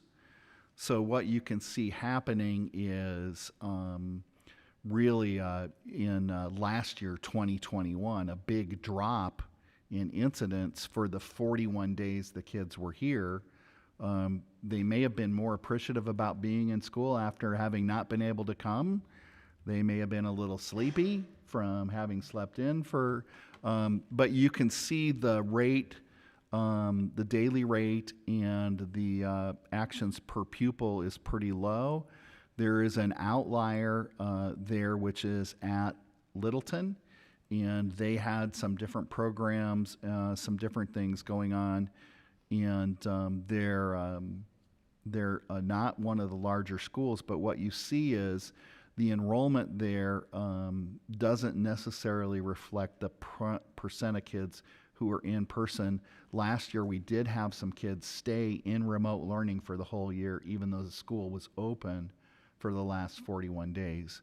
So that may not be a truly comparable number. Back in fiscal 20, school year 1920, where we left in the fourth quarter, end of the year, typically we might see more behavior issues as the year wears on and kids are getting restless and having issues. You can see the infractions per pupil. So what that would mean, essentially, if you're looking at Collier, there were 559 infractions out of 919 kids. That doesn't mean on any given day 60.8% were in trouble.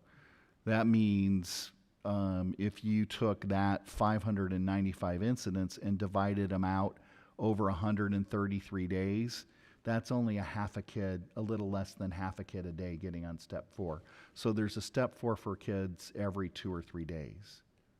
That's what that would mean. So 2 or 3 days means if one day there's a step 4, there were 2 days there weren't.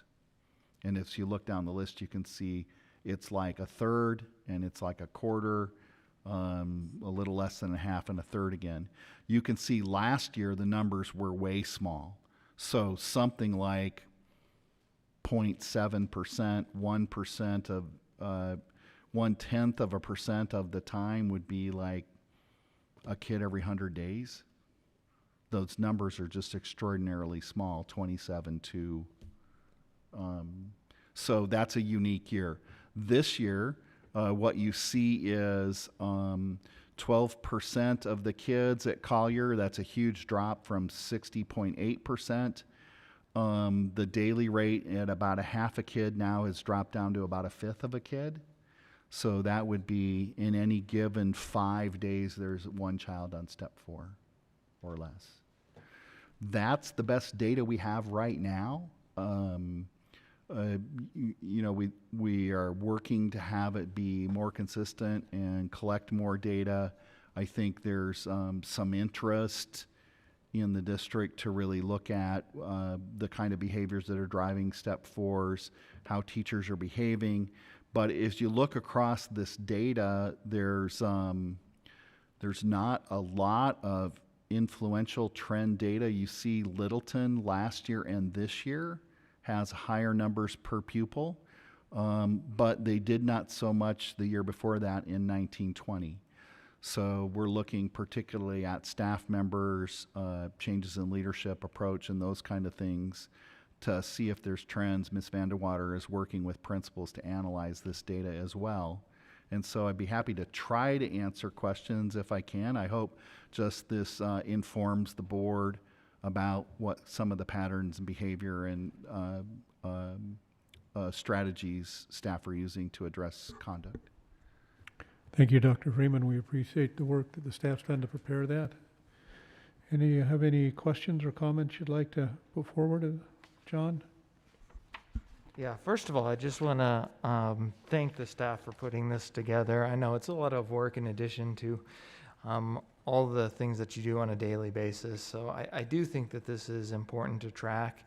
And I really appreciate, again, the time that was put into this and the continued effort to look at this data subset. So I guess my question, or at least my first question would be, why do you think there's such a large variation between some of the schools? And I mean, I guess it would be, again, anecdotal because you don't have all the data, but I'm looking at, let's say, just 2021, 2022, assuming behavioral problems are dispersed relatively evenly amongst our community and amongst our schools.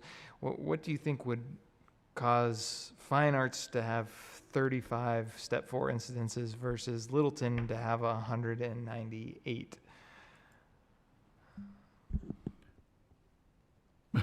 Mr. Rader, Mr. President, members of the board.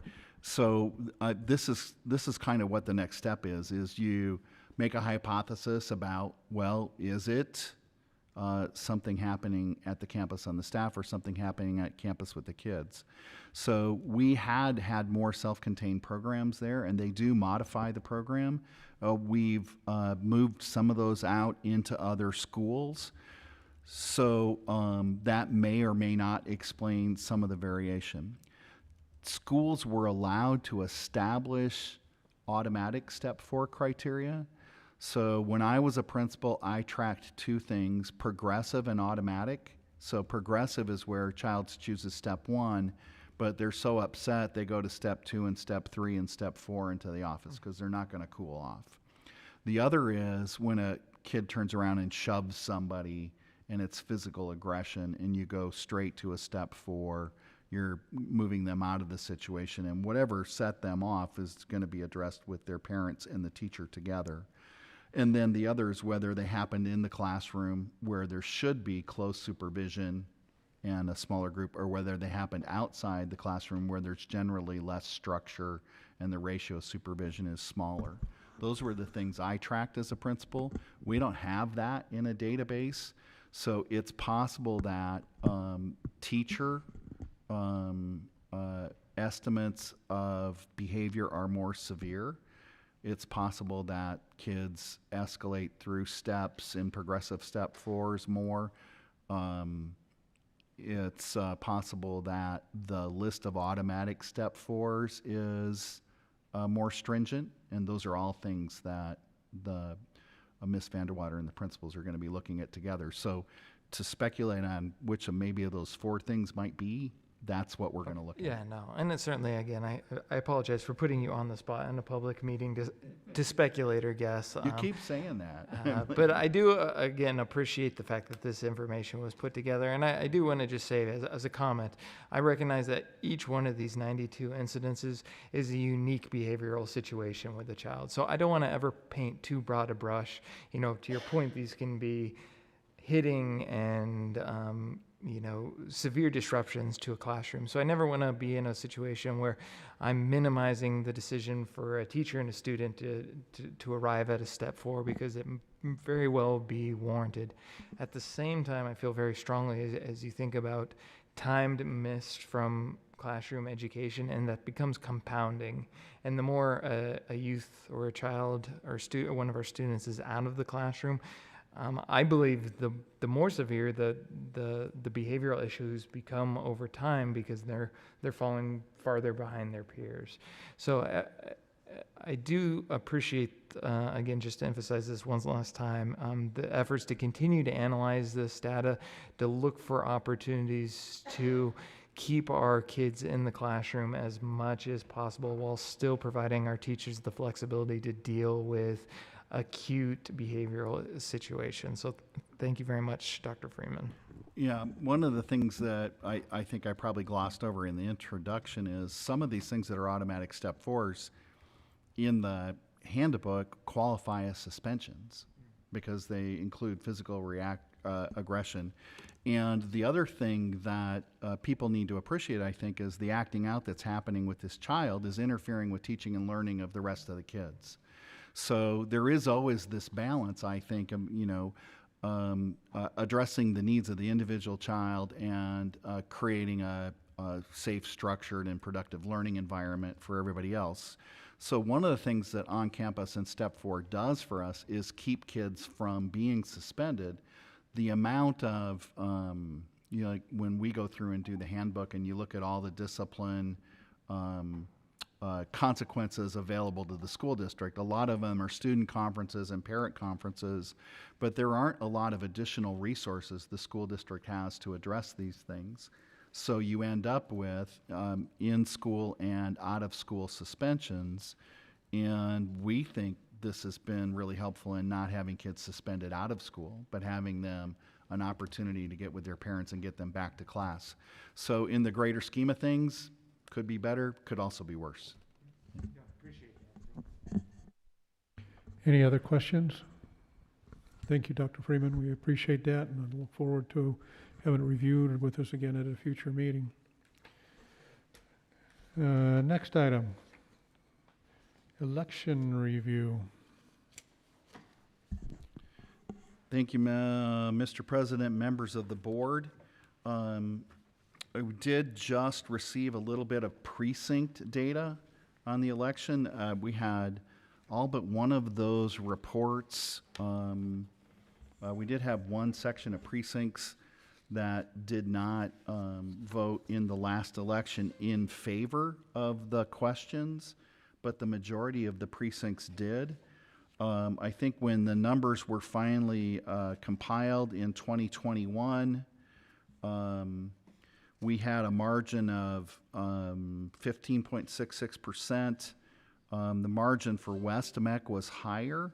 The participation was a little bit different. And I'm thinking it's not in the document there, but I'm thinking we were a little over 9% of registered voters participating. That's been a concern for policymakers, is that especially people who would like us not to pass the elections, that a small percentage of people are passing along a property tax to the rest of the residents. So one of the things we feel fortunate about, though, is that we passed our election with almost a 16% margin. Only 50% of bond elections passed in November. So we were in the group that half of them did, and I'm sure, as you're aware, in the West Valley, those districts west of us fared pretty poorly in their elections. So we are pretty unique and stand out in that regard. We run an override election every 4 years. The overrides for maintenance and operations and for capital are both 7-year authorizations. But with maintenance and operations override, there is a 33% step down in years 6 and 7. So there's a phase out. If you run your election in the 4th year, you can maintain the same budget and go to the voters and say there will not be a tax increase because the 5th year looks exactly like the 4th year.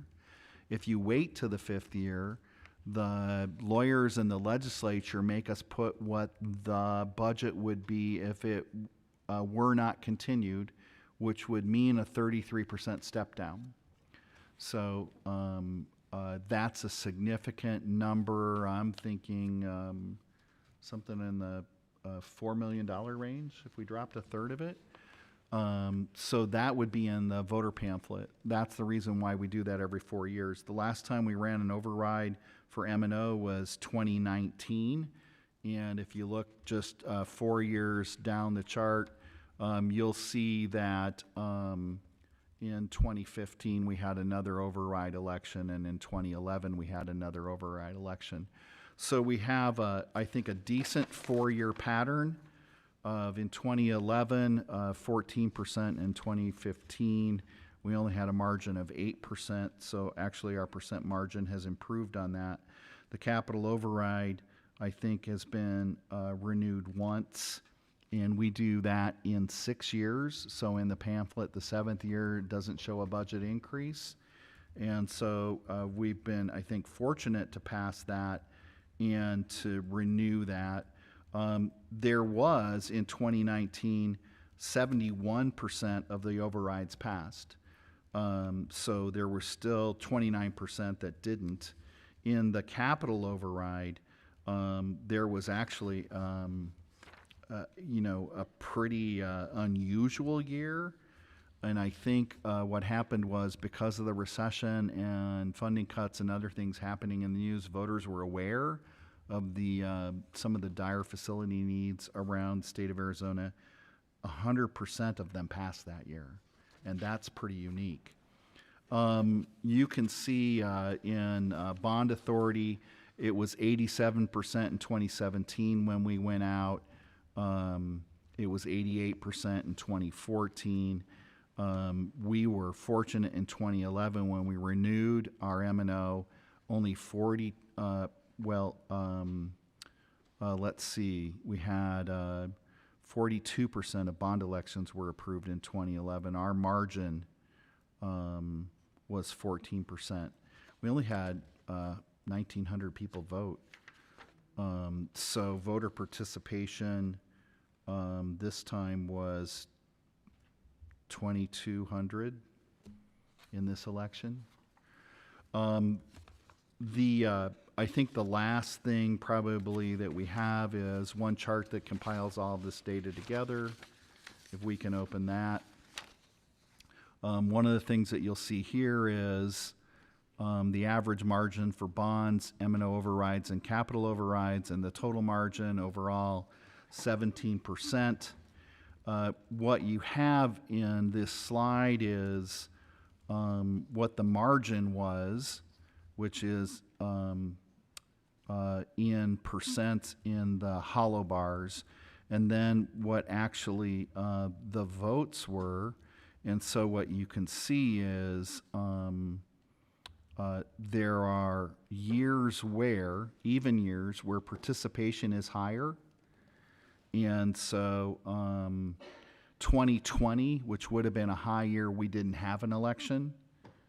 2016, which would have been a high year, we didn't have an election. The last time that we had an election on a high year in 2012, you can see that the participation, the margin was 60, the pass rate was 64%. So the margin would have been, let's see, 28% margin. And so not really as many voters that year as you might anticipate for being an on year. Next year, I don't think we have an election planned, do we? And it'll be the governors and the senators and all that. So it's a good time to be sitting out for us. That is a review. I think one of the other things that I have in this item for you is schedule of elections going forward. For the board, to contemplate this would be coming forward. I think we do have 2 seats that need to run in 2022.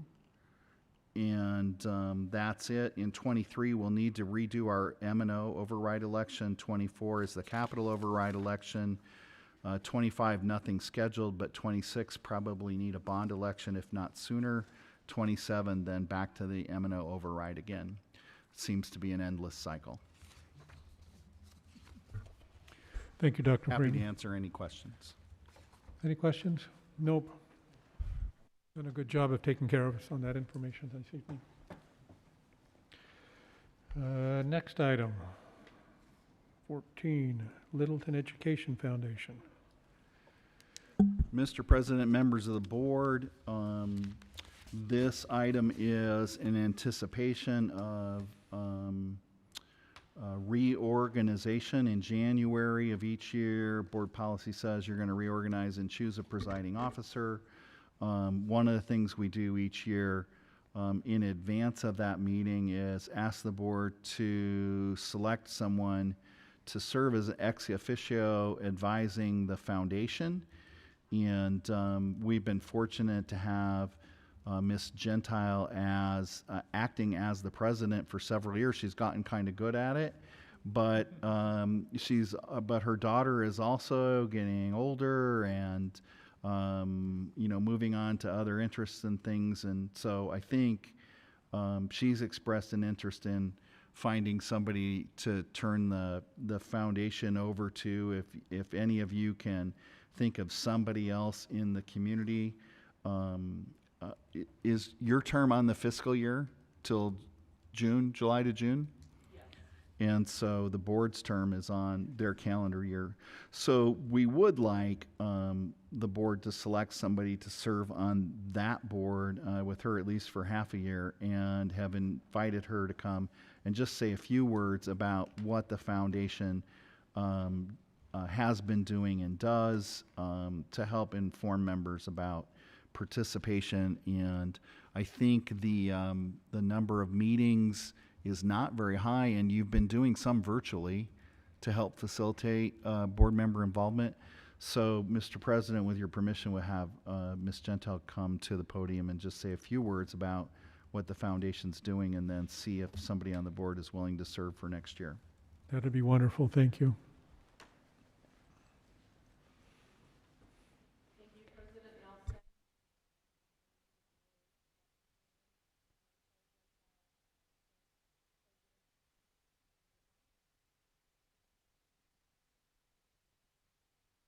Oh, okay, that helps. Technology, what a wonderful thing. So I have been the president of the Littleton Education Foundation since, I believe, 2010. In that time, we've taken it from just a thought all the way to an active nonprofit organization with a 501c3 status. And over that time, we've established our mission, which is to expand opportunities with, sorry, if I had my other eyes on it would be great.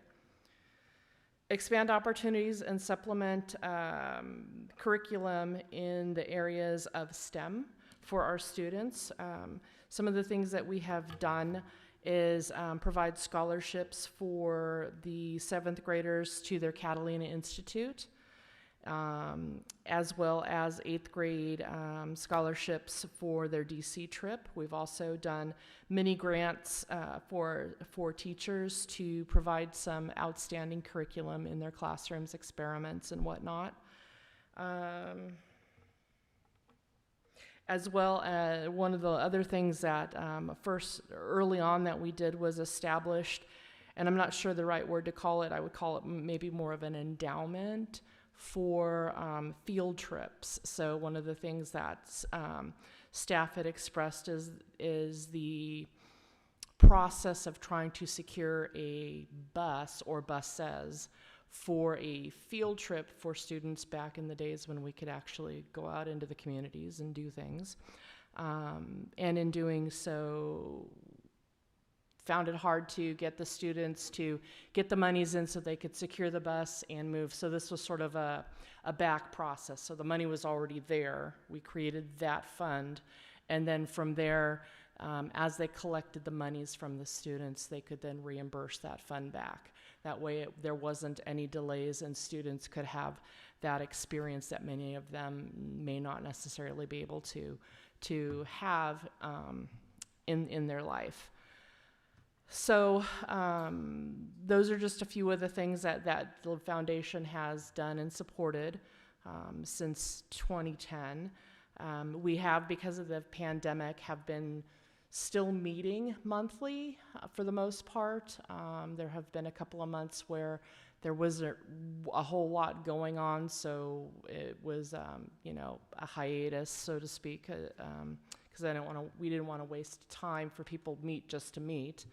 And we have been doing so virtually, again, because of the pandemic and not being able to get together and respect everyone's time.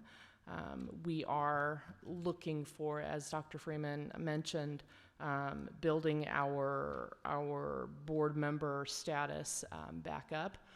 We are currently only down to 3 members, and you really can't successfully move business forward with just 3. So that is where we were at currently.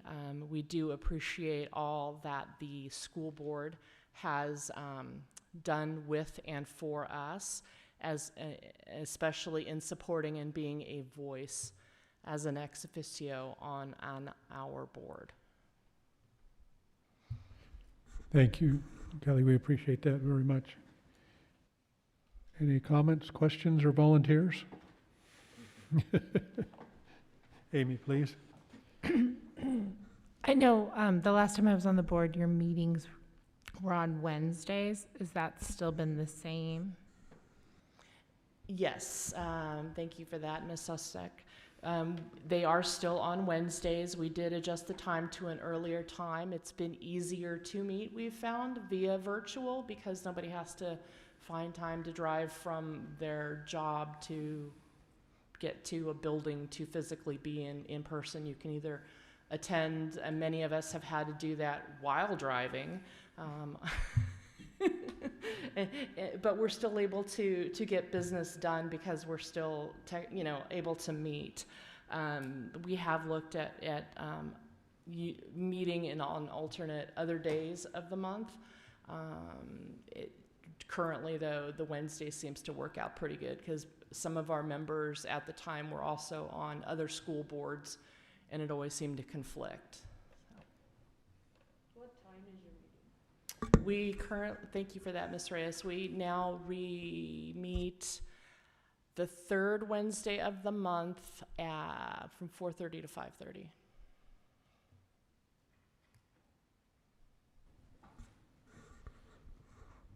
Any other questions of her?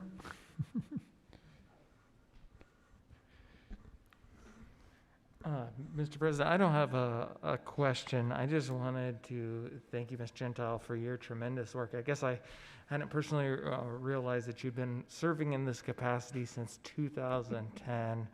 And I mean, the board does so much to support our students. So I guess I just wanted to applaud you for that effort on behalf of the students of our district. And thank you again for everything that you've done and continue to do for us. I'd be happy to volunteer if nobody else is able to serve. Thank you. I appreciate that, John. And I think I ran into Kelly years ago, even before the 2010, because at that particular time, I think I was working with Dr. Freeman on an M&O override in 2005 or 2006. And the treasurer, who I was the new treasurer, whereas Kelly, so I'm kind of just following you around there. Again, I appreciate all that work that you've done at that time and what you continue to do. I've enjoyed being part of that this year, and it's been fun. And trivia night and all the other things that you've got going. It's great to be part of that. So, John, if you would appreciate doing that, I would make the motion. To approve John Rader to act as a board's ex officio for Littleton Education Foundation for the year 2022. I'll second that. Thank you. All in favor? Aye. Aye. Aye. Any opposed? Thank you very much. Thank you again, Mr. President and members of the board. Yes, I'm Ms. sorry. Sosnick? Can I ask a question real fast? If someone wanted to join the board, how would they go about doing that? Not that I want you to leave, but I recognize that you may want to find other endeavors. You can either, if you still have my email address, you can email me directly or send it through Ada, and Ada can get that message and that person to me. Thank you. We do, I mean, if people are also considering, besides being on the board, helping with leadership, there is a small stipend to somebody that helps with processing paperwork and agendas and those kind of things, so there's some support for that. And it is, I mean, it's not a full-time job, it's really not a part-time job either, and of course, because of the nonprofit, you have to file taxes and keep current with all those kind of things, so there is a little bit of help with that. I think the only thing that you'd have to do would be, you know, be 18 and responsible. I don't know that there's other criteria. I don't think you have to live in the district. I don't think that's in the bylaws. No, the previous folks that we've had help have all lived either central or East Valley. Surrounding areas. The other is you can't have a conflict of interest. So the reason that Curtis and I were serving ex officio is so we're not a voting member that may have a conflict with district financial interest and a foundation financial interest. So they could be a member of Littleton Learning Community as long as they don't have control or sway over any of our district funds. Right. I was just thinking of some neighbors and stuff that might have extra time on their hands. We're glad you are. So. Thank you again. So much appreciate that. John, thank you so much.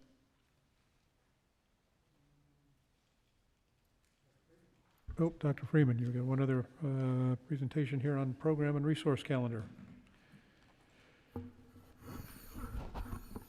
Okay, members who have been on the board some time have seen this before. I don't know how it happened, but at some point the background got added that looks like a wall of bricks. So we've kind of lovingly called this what's, you know, coming up on the wall for the board. You can see we've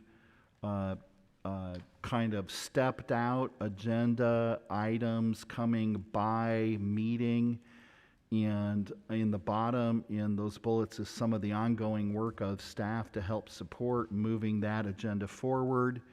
So tonight we're just going to give you a quick overview of what those things are that we anticipate coming before the board in the spring. The board's always expressed an interest in having some input and say in what programs and things like that are going to be, and the issue is kind of coming off of the year we've had and how it's been, what kind of likes and dislikes or judgment you might impose on programs.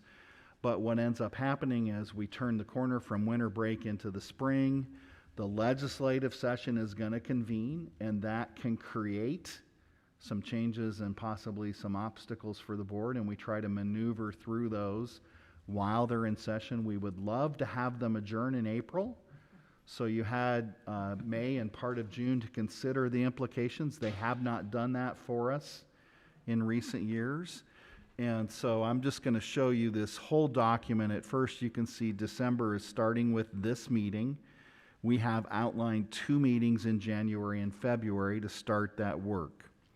If we just flip up a page, you can see then we have a meeting scheduled in March and April. We've anticipated a second meeting in April, which really would be a board retreat. We said the board retreats would be every 3 months, 4 times. So January, April, I think September, and then, no, it's October. Which one am I missing? There's probably one at the start of the school year, July and October. So we have that slugged in there. We don't anticipate a second meeting in May or June, but that assumes that the legislature gets their work done and we're not up against a deadline to produce a budget. What you see happening, let's flip back up to the top page, is we're going to want to start working with the board as soon as we get back One, have reorganize attestations for the auditors, but start working on transportation corridors, any kind of aggregate limit issues. If you've been following in your updates, what we've been doing both with our boards and in community groups around the West Valley is informing people about what the aggregate spending limit is. What President Nielsen and I have talked about doing then is basically a 3-meeting approach. One would be at the January meeting, a discussion of what the aggregate limit is. In February, discussing possible options that we may need to plan for should the legislature not override it. And then in March would be any action that needs to be taken. So you would have information, discussion of options, and then action January, February, March. We have all of the other regular business that would be going into preparing for fiscal year 23. We are hoping that we might have a GMP for Alamar to review. If not, we would move it back a meeting. We're working hard to try to make that budget work with that contractor. And if you remember, Plan D, the 4th scenario on that is to throw out CM at risk and try a new procurement method, which pushes us even further down the road for construction. So we're hoping not to have to do that. We're not sure what other policy changes may come our way, but we always put those on as needed. Then in the second meeting in January, we'll give the board as a sort of a form of study session, a quick overview of the district's organization and how the organization works. We're going to give you a 2-year calendar, so we'll probably show that to you in the first meeting for your feedback, and then ask you to adopt a 2-year calendar in January. It sets the stage for all of the other work with employees, because with the instructional calendar, we can line up work calendars. We did find, I think, a correction for one day in New Year's Day observed or something, but otherwise we're not proposing any big changes in the calendar. It's just aligning it to the new dates. And then discussion of the board about district goals and programs. It's a chance early on to talk to us about things you like to continue or maybe would not like to continue, so that we can work those into budget proposals and options for you to consider later in the spring. In February, we want the board to set open enrollment capacity because we'll need to start accepting those in March. We will have an update from Ms. Vandewater on the progress principals are making on the IAP goals they presented you in the fall. Part of the reason that we're doing that in February is we're getting all the data in January, putting that together so we can do a presentation in February, and just so the board is updated on the progress of those plans that you saw. If we have to do aggregate spending limit scenarios, those are on there.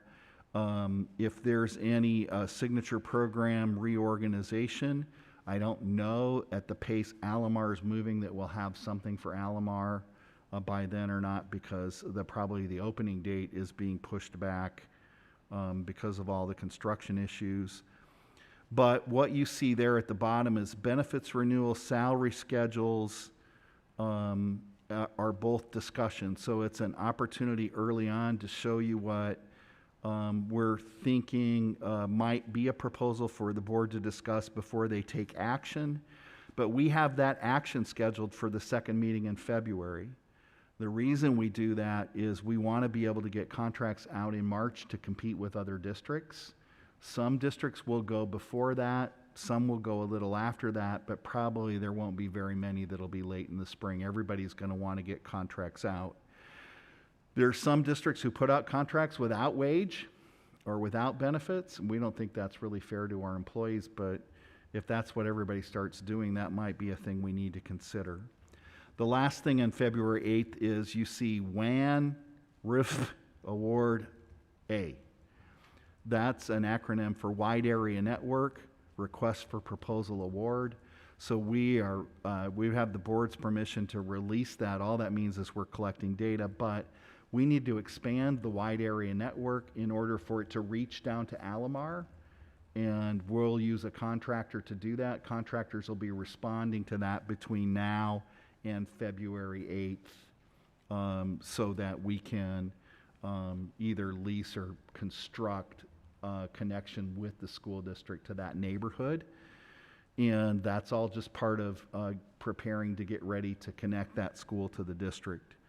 And then you see the action that really follows up in February. Let's go to the second page then, and you see that the rate of action slows down because we're front loading so many things. But you will see in March that we call the CAFR. That is the Comprehensive Annual Financial Report and Audit Reports. And so that's a really big book we give you an overview of. It's important for us when we go to be underwritten for borrowing money for bonds and those kind of things, and it helps keep our rating up. The last overview I saw of districts' bond ratings, really most of us fell in two categories. There are a couple that might rate a little lower, and we're in the highest group of those two groups, so we're doing really well in underwriting. And a lot of that has to do with the great work that's happening in our business office. We are not sure if we would have to do a reduction in force, but that may be part of the action necessary if the aggregate spending limit is not overridden. And so those policies probably would come into play if you had to send people home.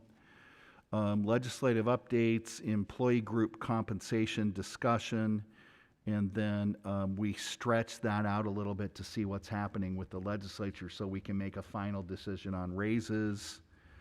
And then each year, the Classroom Site Fund 301 plan comes back to the board. But what ends up happening, this all comes together with a discussion of the proposed budget in May, and hopefully if the legislature's moving forward, action on a proposed budget and employee group compensation in June. That all sets the stage for fiscal year 2023. And this is really just an information item, but if there's something on there that board members think we've left, that something not on there, board members think we've left off, or something you think may not be appropriately timed, the dots on the bottom are really more for staff, and those are the ongoing work we need to do to make sure we're prepared to have all of that for you ready at board meetings. Thank you, Dr. Freeman. Looks like we have a full plate for the year already, and we haven't even finished this one up yet. So. Yeah, I think a lot of people don't realize that a lot of the work of the governing board is getting a handle on the year past and then planning for the year future while the teachers are teaching. You know, they're doing the teaching work, we're doing the review and the planning work. And those two things happen at the same time in the school district, but really come almost on two different calendars. And so we are, the staff, we're running a school year and closing one and opening one all at the same time every year. Thank you. Any comments or thoughts on any of that? No? All right, we'll take care of that one. Thank you, Dr. Freeman. That's the next one here. You got some information for our ESSER. Return to schools. Is that the next one? All right. This has been a standing item really since early in the onset of the pandemic.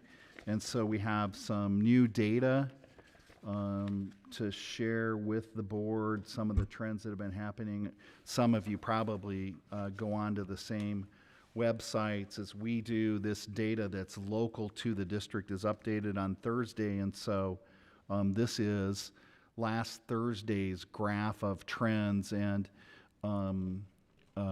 if you scroll down, you'll see the actual graph of the metrics, and they're all zigzaggy. So if we scroll back up, what we used, I think, here was 3 or 4 parameter smoothing to show you really what trend lines look like.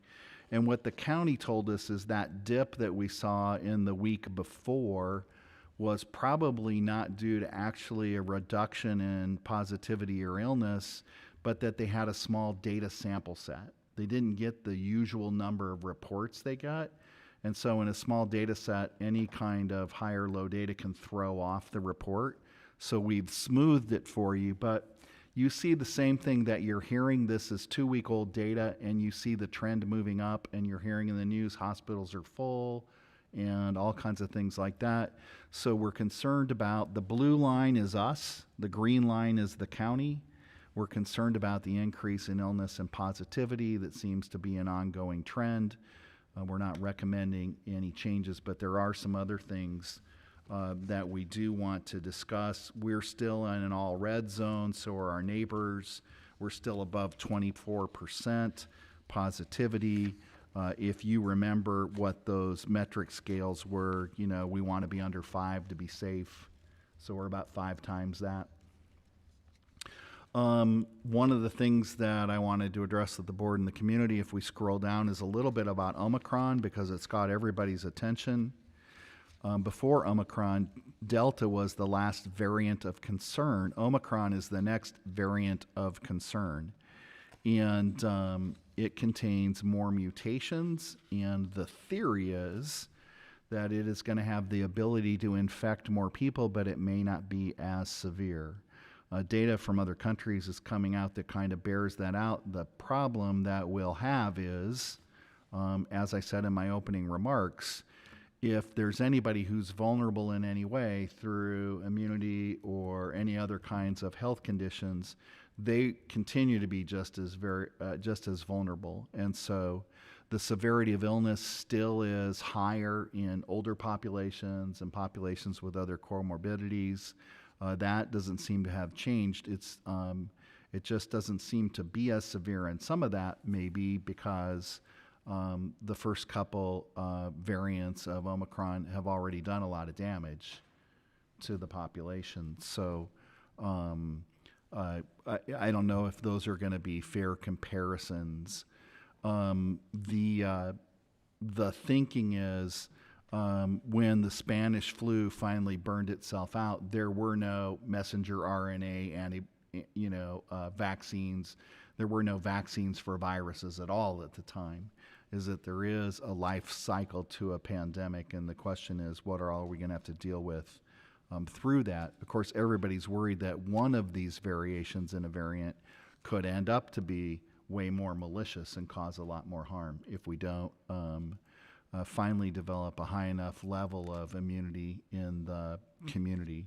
This graph shows, this was done by Maricopa County, shows the difference in illnesses that are being recorded and treated between fully vaccinated and not fully vaccinated people. The top line you can see is a lot higher, and what we were seeing for several weeks on the left side of that graph is not fully vaccinated people were seeing an incidence of illness that was higher. But then as the illnesses have taken off again, that gap between not fully vaccinated and fully vaccinated people has grown dramatically. And it is now 3.3 times more likely for people to get COVID than those fully vaccinated. And this is just a graphic representation of the difference. You can see the incidence is going up in fully vaccinated people as well.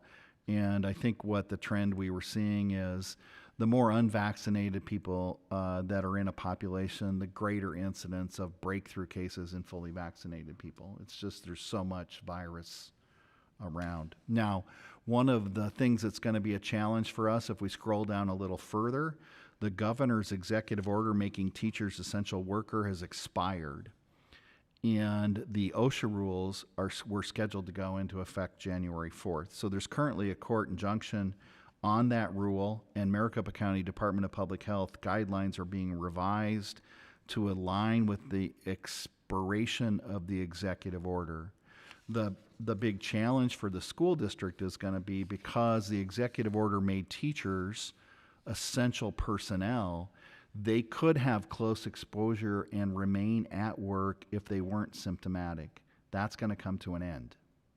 So if teachers have meet the definition of close exposure to an infected person, they will be going home for 14 days just like everybody else. There is an exemption for students for testing, but not for adults at this time. And right now, Maricopa County Department of Public Health is working with the field and getting input for what those guidelines will be. We think, of course, we'll have them for the return of school, but that could impact our staffing quite a bit. And one of the things we may be bringing back to the board, because if a teacher has to go home for 10 days, whether we're going to have the kids all go remote for 10 days, I don't know that we have the staff for the teacher to go home and somebody else to watch the kids in the room when we're already struggling to cover absences as it is. So this is not a request for action for anything from the board today, but depending on how these guidelines come out and how the prevalence and incidence of illness and people not being able to come to work manifests in January, we may need to come back for some action. Our original mitigation plan, Safe Return to School for ESSER, has the board adopting changes to mitigation each January and July, every 6 months where required. So we think that we will have, whether there are changes or not, have the board vote on the plan in January. And that's really kind of a preview of things to come and where the prevalence of positivity and illness in our region is. And so I'm happy to try to answer any questions or get feedback from the board on things you would like to see, things you want to know in January, or concerns that you have, really, so that we can be mindful of those as we're trying to put together plans and communicate with staff in the community. Thank you, Dr. Freeman. It's always a mouthful of information when we get all this information pulled together and presented to us. Any thoughts, comments at the present time? Just a quick question. Please go ahead, John. Yeah, thank you very much. Dr. Freeman, so you mentioned the 14-day quarantine period for close exposure. Is the quarantine rules different for vaccinated versus unvaccinated, both teachers and students?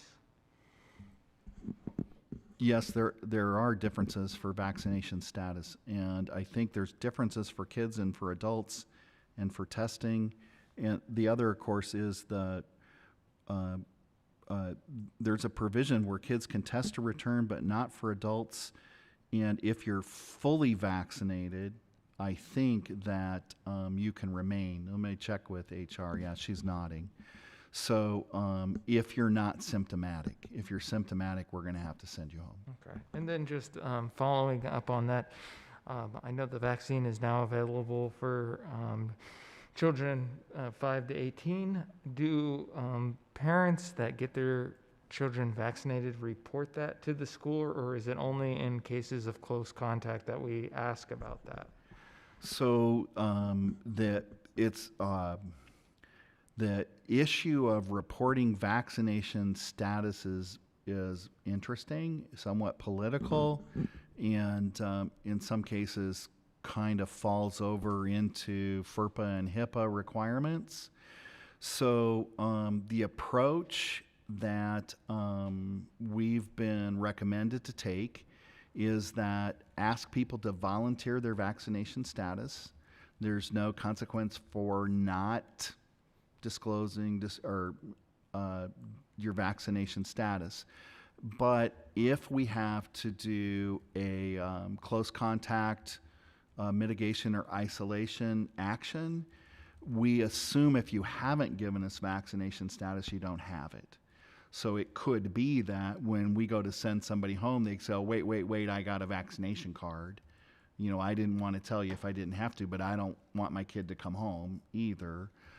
In which case, we would, of course, honor that. So we're not in a position, I think, nor do we want to be, to coerce vaccination status out of people, but there will be different consequences depending on your status. And so we actually are looking at setting up incentives for staff. For instance, our current mitigation plan says if you're 80% vaccinated, you've reached a high enough level of community immunity that it's probably safe to relax masking standards when you're with staff, not with kids, but with colleagues. So we want to set up an incentive that way. Some of the districts that have a lot of ESSER money and other funds are starting to do paid incentives for vaccinations. You may have seen those in the paper. I think the one in Tucson Unified made the news because it was pretty significant, $500 for vaccination and $100 for the booster. They have a lot deeper pockets than we do, but we are paying attention to what other districts are doing as far as monetary incentives. So the kind of the short story is, if you present us with a card, we treat you like it. If you don't, we treat you like you're not. And of course, we would love to have more cards and more people vaccinated to help us make more timely decisions. And we're also waiting for Maricopa County to see if there's going to be any changes in the guidance they give. Our rationale and defense has always been we are following the guideline of health professional authorities, not reading teachers. So we'll continue to pay attention to that, and we know they're working on it. But that's the advice they have for us right now. Yeah, thank you, Dr. Freeman. Thank you very much. Anything else on that?